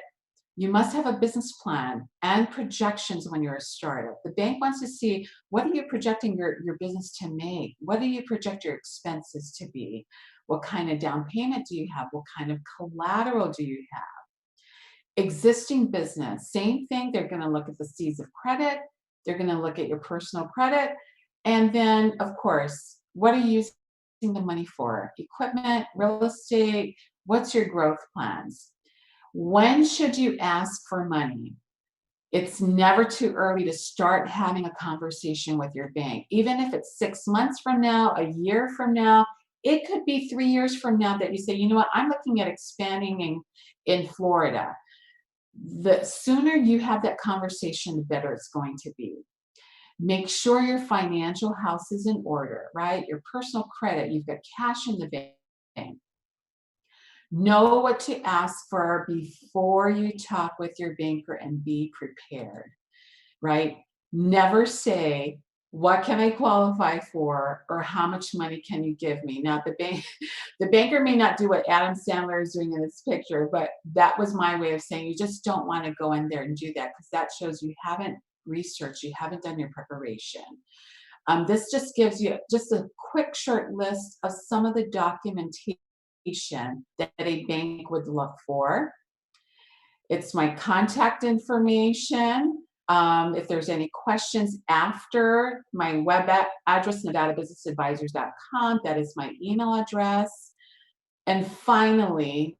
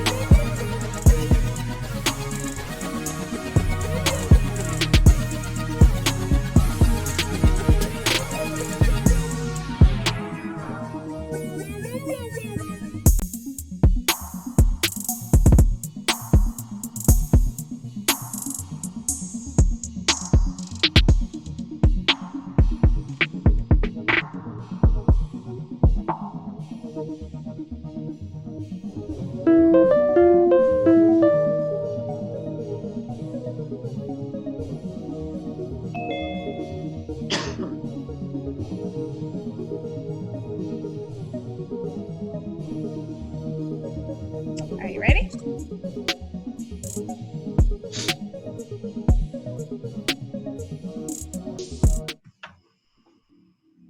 All right. Hi, everyone. Welcome back to the second and final day of the EntreGoals Summit. I'm here with Jimmy Jacobson. Hey, Jimmy. Hello, everybody. So, as you know, EntreGoals Summit, this summit has all been about doing business in Nevada. We brought together a bunch of different resources, entrepreneurs, doers, service providers, advisors, folks that are really engaged in helping businesses grow. And a lot of them are also small business and medium-sized business owners themselves. They have a lot of insight to give you. And today, I have Jimmy. Jimmy is going to share a little bit about using technology in your business. Jimmy is the founder and are you the CTO of Codingscape too? Just partner. Just partner? Yep. Of Codingscape. It's a software development company. They do amazing work for businesses to give them senior level design and development expertise. Before that, he's been a software developer at a bunch of different amazingly large e-commerce companies. Some of them and most of them you probably know. And he also, after he did all his software development for other folks, he went on to start his own companies, starting with Wedgies that he launched and sold. And now with this new one, Codingscape, he's doing amazing work in businesses, helping them use technology to the greatest. So he's going to talk to you a little bit more about growing your enterprise with technology. Jimmy? Thank you, Shavana. Now I'm realizing that I should have had a walkout song queued up here. Next time. I'm missing out on that opportunity. Awesome. I'm so happy to be here. I'm so happy to talk to entrepreneurs in Nevada. I've started 2 businesses in Nevada, and I'm super stoked to be here. Thank you. I'm going to go ahead and share my presentation with you, which is in the format of a bulleted list that we'll be scrolling through. So my topic that I'm sharing with you today is about growing your business with technology. And when I talk about technology, what I'm talking about is like the ability to enable scale. And scale is doing more with the same resources. So whether it is reaching more potential customers, whether it is taking more orders or producing more content without having to grow your team, that's scale. Scale is also automating tasks and services. As developers, we like to write code that basically makes computers do the boring stuff for us. And that is also what technology allows you to do with your business. Most importantly, scale allows you to collect more data. And something you'll be hearing more and more about in the next few years is like data really is the new oil. Data is what powers the engine of our businesses. The more we know about our customers and about ourselves and even our processes, the better we can automate tasks and figure out how to be more efficient with the resources we have and scale. And that's what technology does. So to share a little bit about myself, I'm an engineer and developer. I graduated from college with like a computer science degree. Uh, I actually graduated in the middle of a recession in like 2002, if anybody remembers what the economy was like during that time. So it was kind of funny to think about graduating with a computer science degree and not actually having a job lined up to go to. So I started my own company at that time to do consulting work and contract work and whatever I could, and I called that company Codingscape. And then later, after the economy recovered, I got a couple of job offers on the same day, and I took a job at Overstock.com, and that's where I began my professional development career.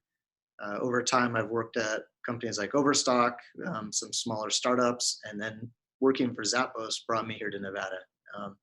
And I was, super stoked and excited about the opportunity to work at Zappos because I love their emphasis on customers and happiness. Currently, let me jump down here as well. I left Zappos. The only reason I would have left Zappos was to work for myself. And I started a company called Wedgies.com with a co-founder.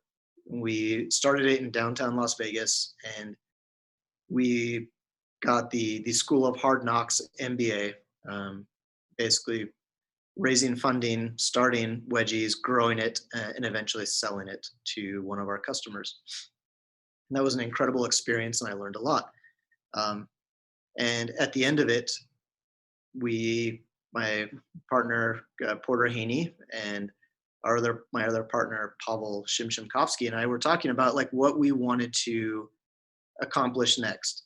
And we decided that the most important thing we could do was help other businesses with their technology. That while we had plenty of ideas of businesses that we might want to start ourselves, we thought that it would be more impactful to help other companies with their technology, because there's so much opportunity there, and it's very difficult for businesses to connect directly with developers. So currently, I'm a partner at Codingscape, and I'm also at a Las Vegas startup here in town called GoHunt as the head of engineering. I also spend plenty of time attending meetups and hackathons and being helpful. So I have my contact information down here as well. And if you want to reach out to me over any of those mediums, I am happy to be helpful. But you should know that I'm not very good at making slides for presentations. Quick follow-up on emails and calendars in general baffle me. So just be warned. If you would like to ask for some help or schedule some time to meet up, I'm happy to. There are your caveats. So I want to share a quick story before I dig into who you are. When I had just started Wedgies with Porter, we were struggling to put the foundation in place for our business. And we had an opportunity to talk to an incredible entrepreneur, somebody who had built several tech businesses and had sold them and was doing really well. And this entrepreneur, we had 15 minutes, kind of like an office hour style time with this entrepreneur. And we sat down with him, and the first thing that he said was, "Gentlemen, how can I help?" And the first thing I said was, "Well, Wedgies is a platform for surveys and blah, blah, blah." I pitched him. And he looked at me and said, "Okay, but how can I help?" And I did a double take, and I said the same thing again. And finally, he was able to communicate that, he just said again, "No, let me know how I can help." And I realized that I was pitching him when I should have been asking him questions. So we shifted modes and immediately presented him with our current problem and the opportunity that we had if we were able to solve it. And he was able to provide actionable insight to us that was great advice, and we followed it. So knowing when to pitch and knowing when to ask for help is something I learned um, early on at Wedgies, and it's something that's still very valuable to me. So I'm looking forward to connecting with everybody that sees this presentation, and hopefully I can be helpful as well. So let's talk about who you are. If you're attending this conference and watching it, whether now or in the future, then you have built a business with revenue.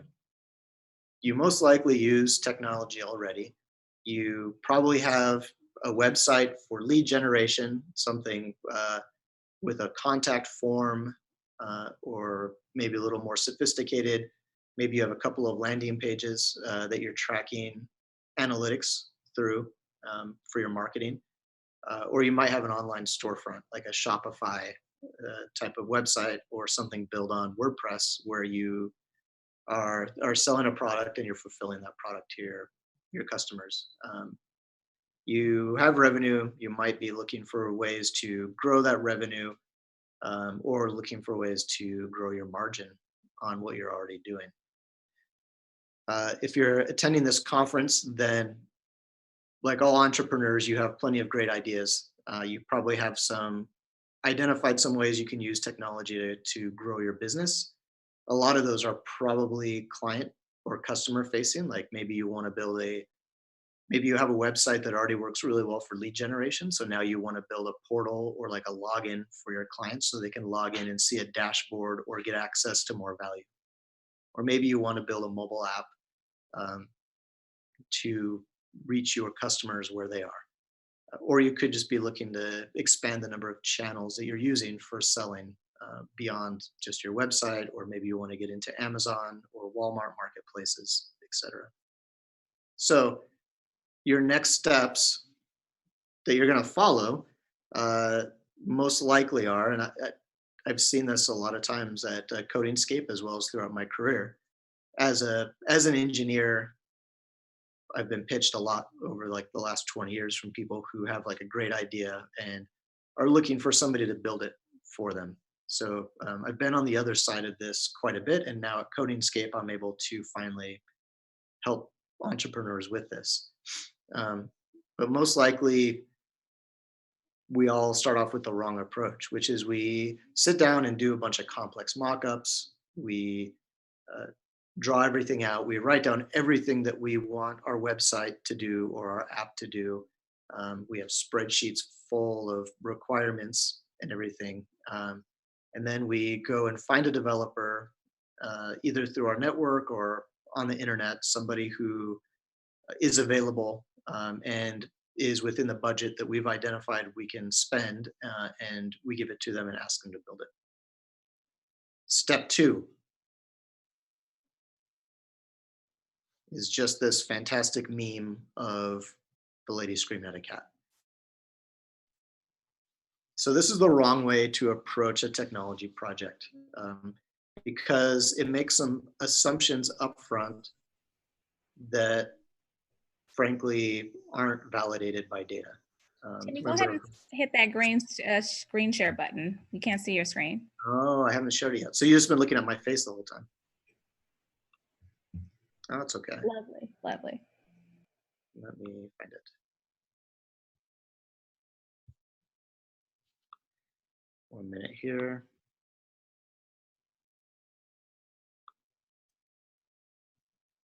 All right.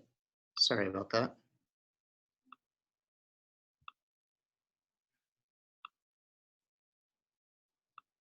Sorry, the button went away. There it is.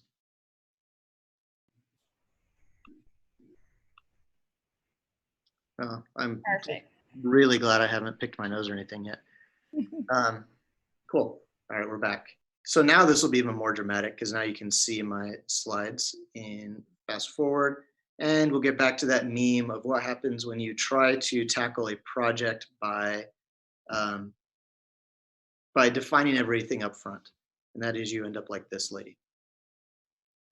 You don't get the product you want, or the product doesn't end up doing what you thought it was going to do.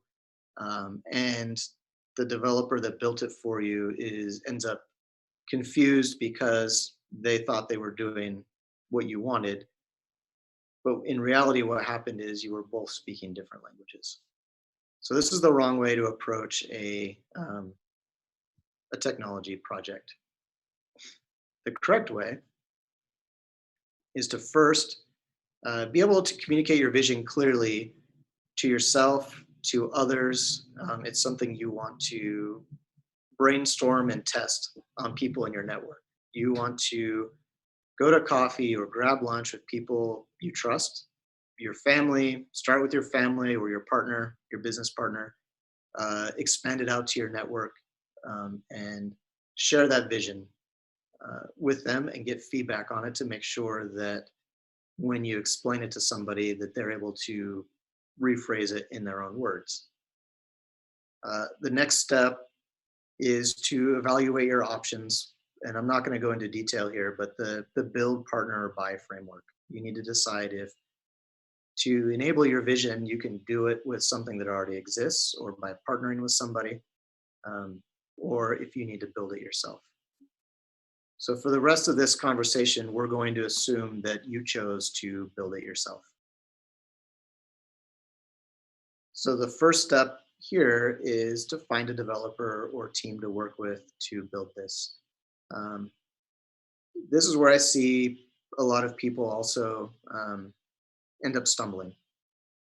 Here in Southern Nevada, if you know Shavana or myself or are listening to this conference, then you definitely have somebody in your network that can connect you with somebody that can give you some advice on this project that you want. So you want to look into your network first. Find referrals in your own network. Somebody, if there's a business or somebody who has a website or an app that you like, that seems to be doing a good job, reach out to them. Ask them who built it. Ask them about the process of building it as well. And once you find a team or developers to work with, you want to make sure that they actually have availability. Sometimes, I'm ashamed to say, sometimes developers overcommit. I definitely have that tendency as well. So asking for honesty up front about the amount of time that somebody has available and if they're going to be doing the work themselves or if they have a team doing the work are really important questions to ask. As well, ask for examples of work that the developers have done. Not just portfolios or screenshots, but something you can actually use, engage with, and maybe even interview some customers of it to find out how well it works. This is a huge decision to build technology for your small business. And you want to make sure that this is a partnership that you're really going into with a solid understanding of what's happening. Even with that kind of due diligence you can do, there's still another step that's going to help your technology project be successful. Above, I'm going to scroll back up here. Above, we talked about the wrong way to do things, which is to start with complex mock-ups of everything and just hand it off and hope that it gets implemented.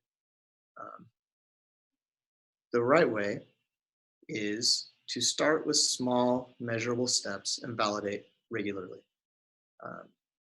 Instead of starting with requirements, which you could think of as like the mock-ups or the spreadsheet of everything that has to happen, you want to start with user stories. A user story is something that talks about what your customers will actually do with the technology or what your team will do with the technology. Second thing you want to focus on is business outcomes, not mock-ups. It's super easy to get really dialed in on mock-ups and start thinking about like where the ads go or what color a button should be, when really what you're looking for is the business outcome. It's something that can be tied to revenue or your margin or some step in your customer acquisition funnel. Like maybe your goal to increase the number of leads to your website, or is your goal to increase the amount of time that somebody is a customer of yours? Those are things you can measure. And the features that get worked on, the user stories should be directly related to that. I believe that a previous speaker talked about using analytics to measure. You want to make sure you have built into this process of starting with small measurable steps, the ability to actually measure things. So using a tool like Google Analytics to measure the results. So start small, start in really small increments with your developer or the team.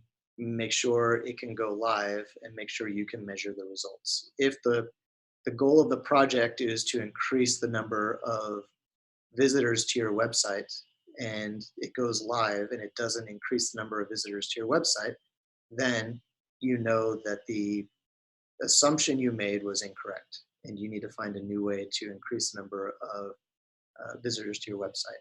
Or if the goal of the project was to decrease the response time for customer inquiries into orders for your store, and then you need to be able to measure that.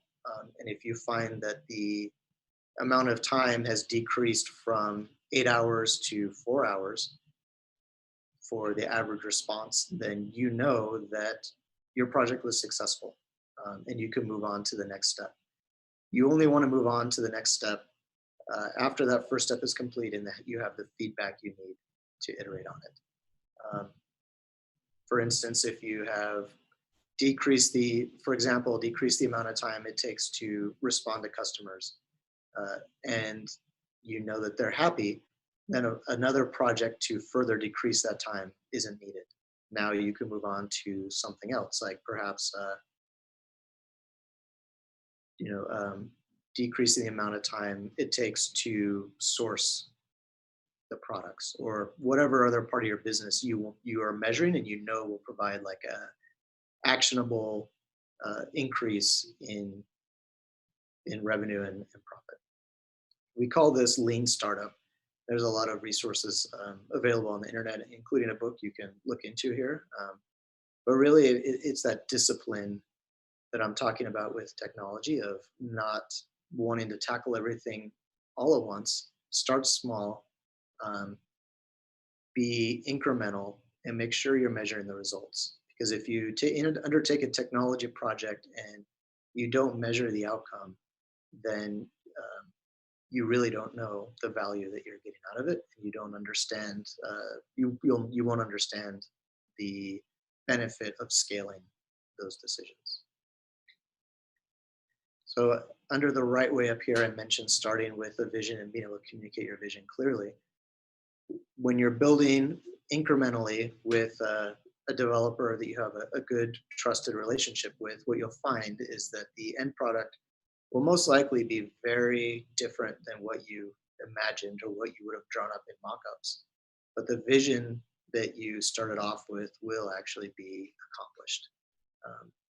And it will be a benefit to your business. The discipline and process that you'll put into place of making incremental improvements, measuring the outcomes, and using that to decide what to build next is something that will benefit your business with every technology project you undertake. And that brings us to the end of this. Up here, I think I wasn't sharing before when I did this. So here is my contact information on social media and email.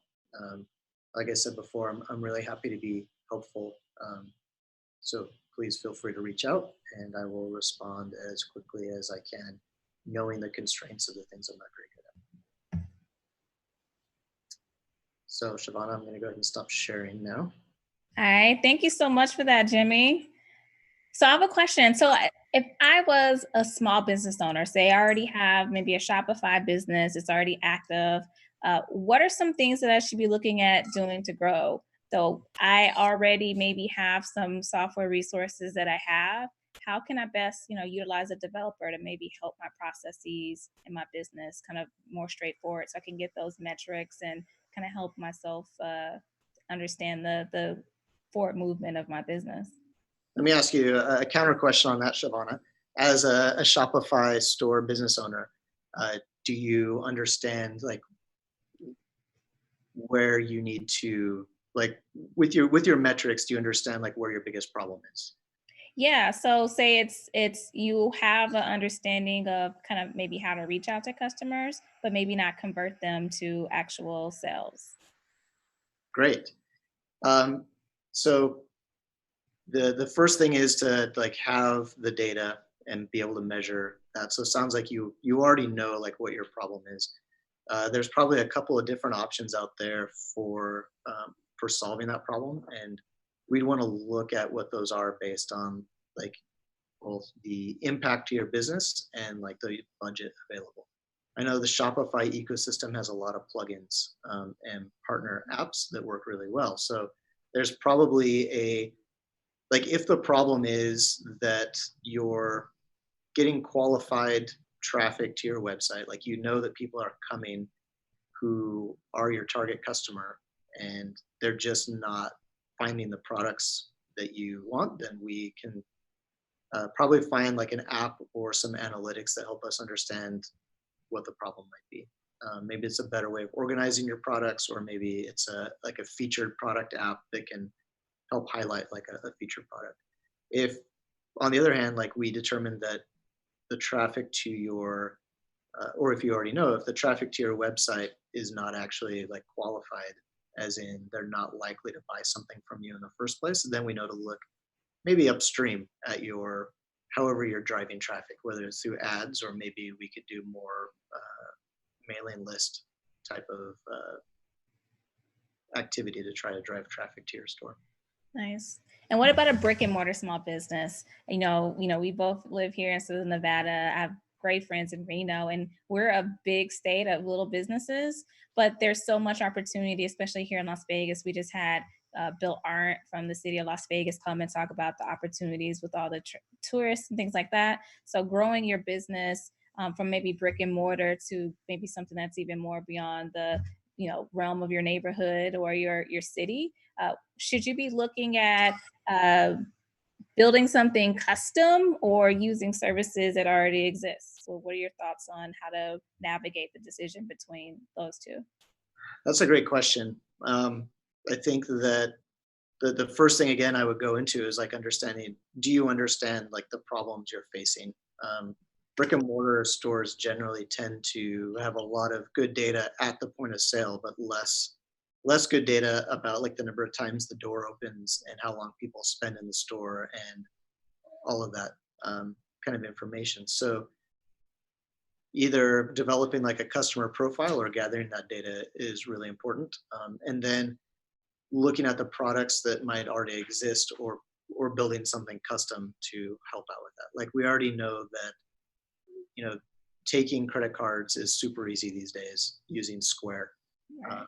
We know that a lot of stores are having a lot of success checking people out on the floor instead of actually making them go line up at a cash register. So that's an example of technology you could already use.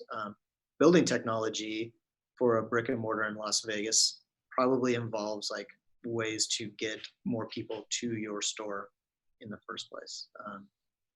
As well as just because you mentioned that specific thing, like I've heard a lot of local brick and mortar businesses talk about how important text messaging is right now. Like most likely your customers are text messaging with your employees of your small business to ask if things are in stock, to find out when something is available. So being able to capture that communication and use it, it's great that your employees are doing such great customer service over text message. Be even better if it was happening through like a portal on your website, so that you could capture those conversations and know who your best customers were. Tips on different services to use? I know I have some favorites, but I don't actually. I would love to hear what you like to use there. I think there's a few kind of chatbot type of things that you can implement. I think that various ones kind of work for different things. So you can definitely do some research on some of those to figure out like for pricing and then also for ease of use and how many people you want to be able to share that with. If you have a team of 50, some may work better than others, but there are definitely little chat bots that you can put in the little corner so you can actually have that kind of text back and forth and right on time interaction when the customer is either looking for something or when the customer is trying to ask a question to clarify something. Yeah, that's great. It's so important to know what your numbers are, like where you're to measure analytics either way, and then be able to tie those into those decisions you're making. All right. Well, I think that's it. Do you have anything else? You already warned me you're going to ask me a question. Shavana, thank you so much for hosting this Entre Goals conference. The website and technology you've used are definitely cutting edge for like a conference of this type. Can you tell me more about like where you got this technology? That's a beautifully phrased question. I used a lot of software on the front end. So I used Vue.js to build out a custom website and then used some frameworks that already existed. Beautify, which is based off the material design framework from Google, that actually put in some elements to make the flow and design easy to see, read, and actually take action on. Because I want to make sure it's easy for people to actually take action. So that helps me understand engagement with anyone looking to kind of solve the same problem that I'm looking to help with the solution. So, and back end. Are you telling me that you built all of this yourself, Shavana?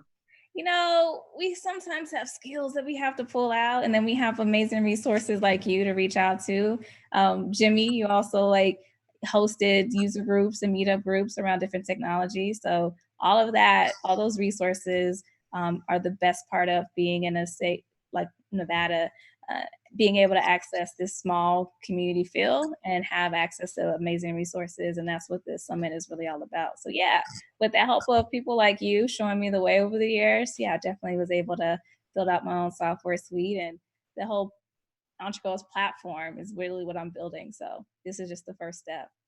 Awesome. Well, I'm super happy to be part of it. Thank you, Shavana. All right. Well, thank you everybody for tuning in. It's been exciting having all these amazing entrepreneurs and advisors come and share with you. If you have any questions, definitely go to entregoals.com.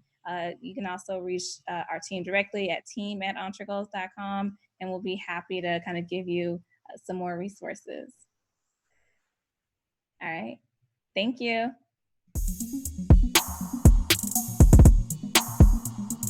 All right, we should be good. All right, hopefully.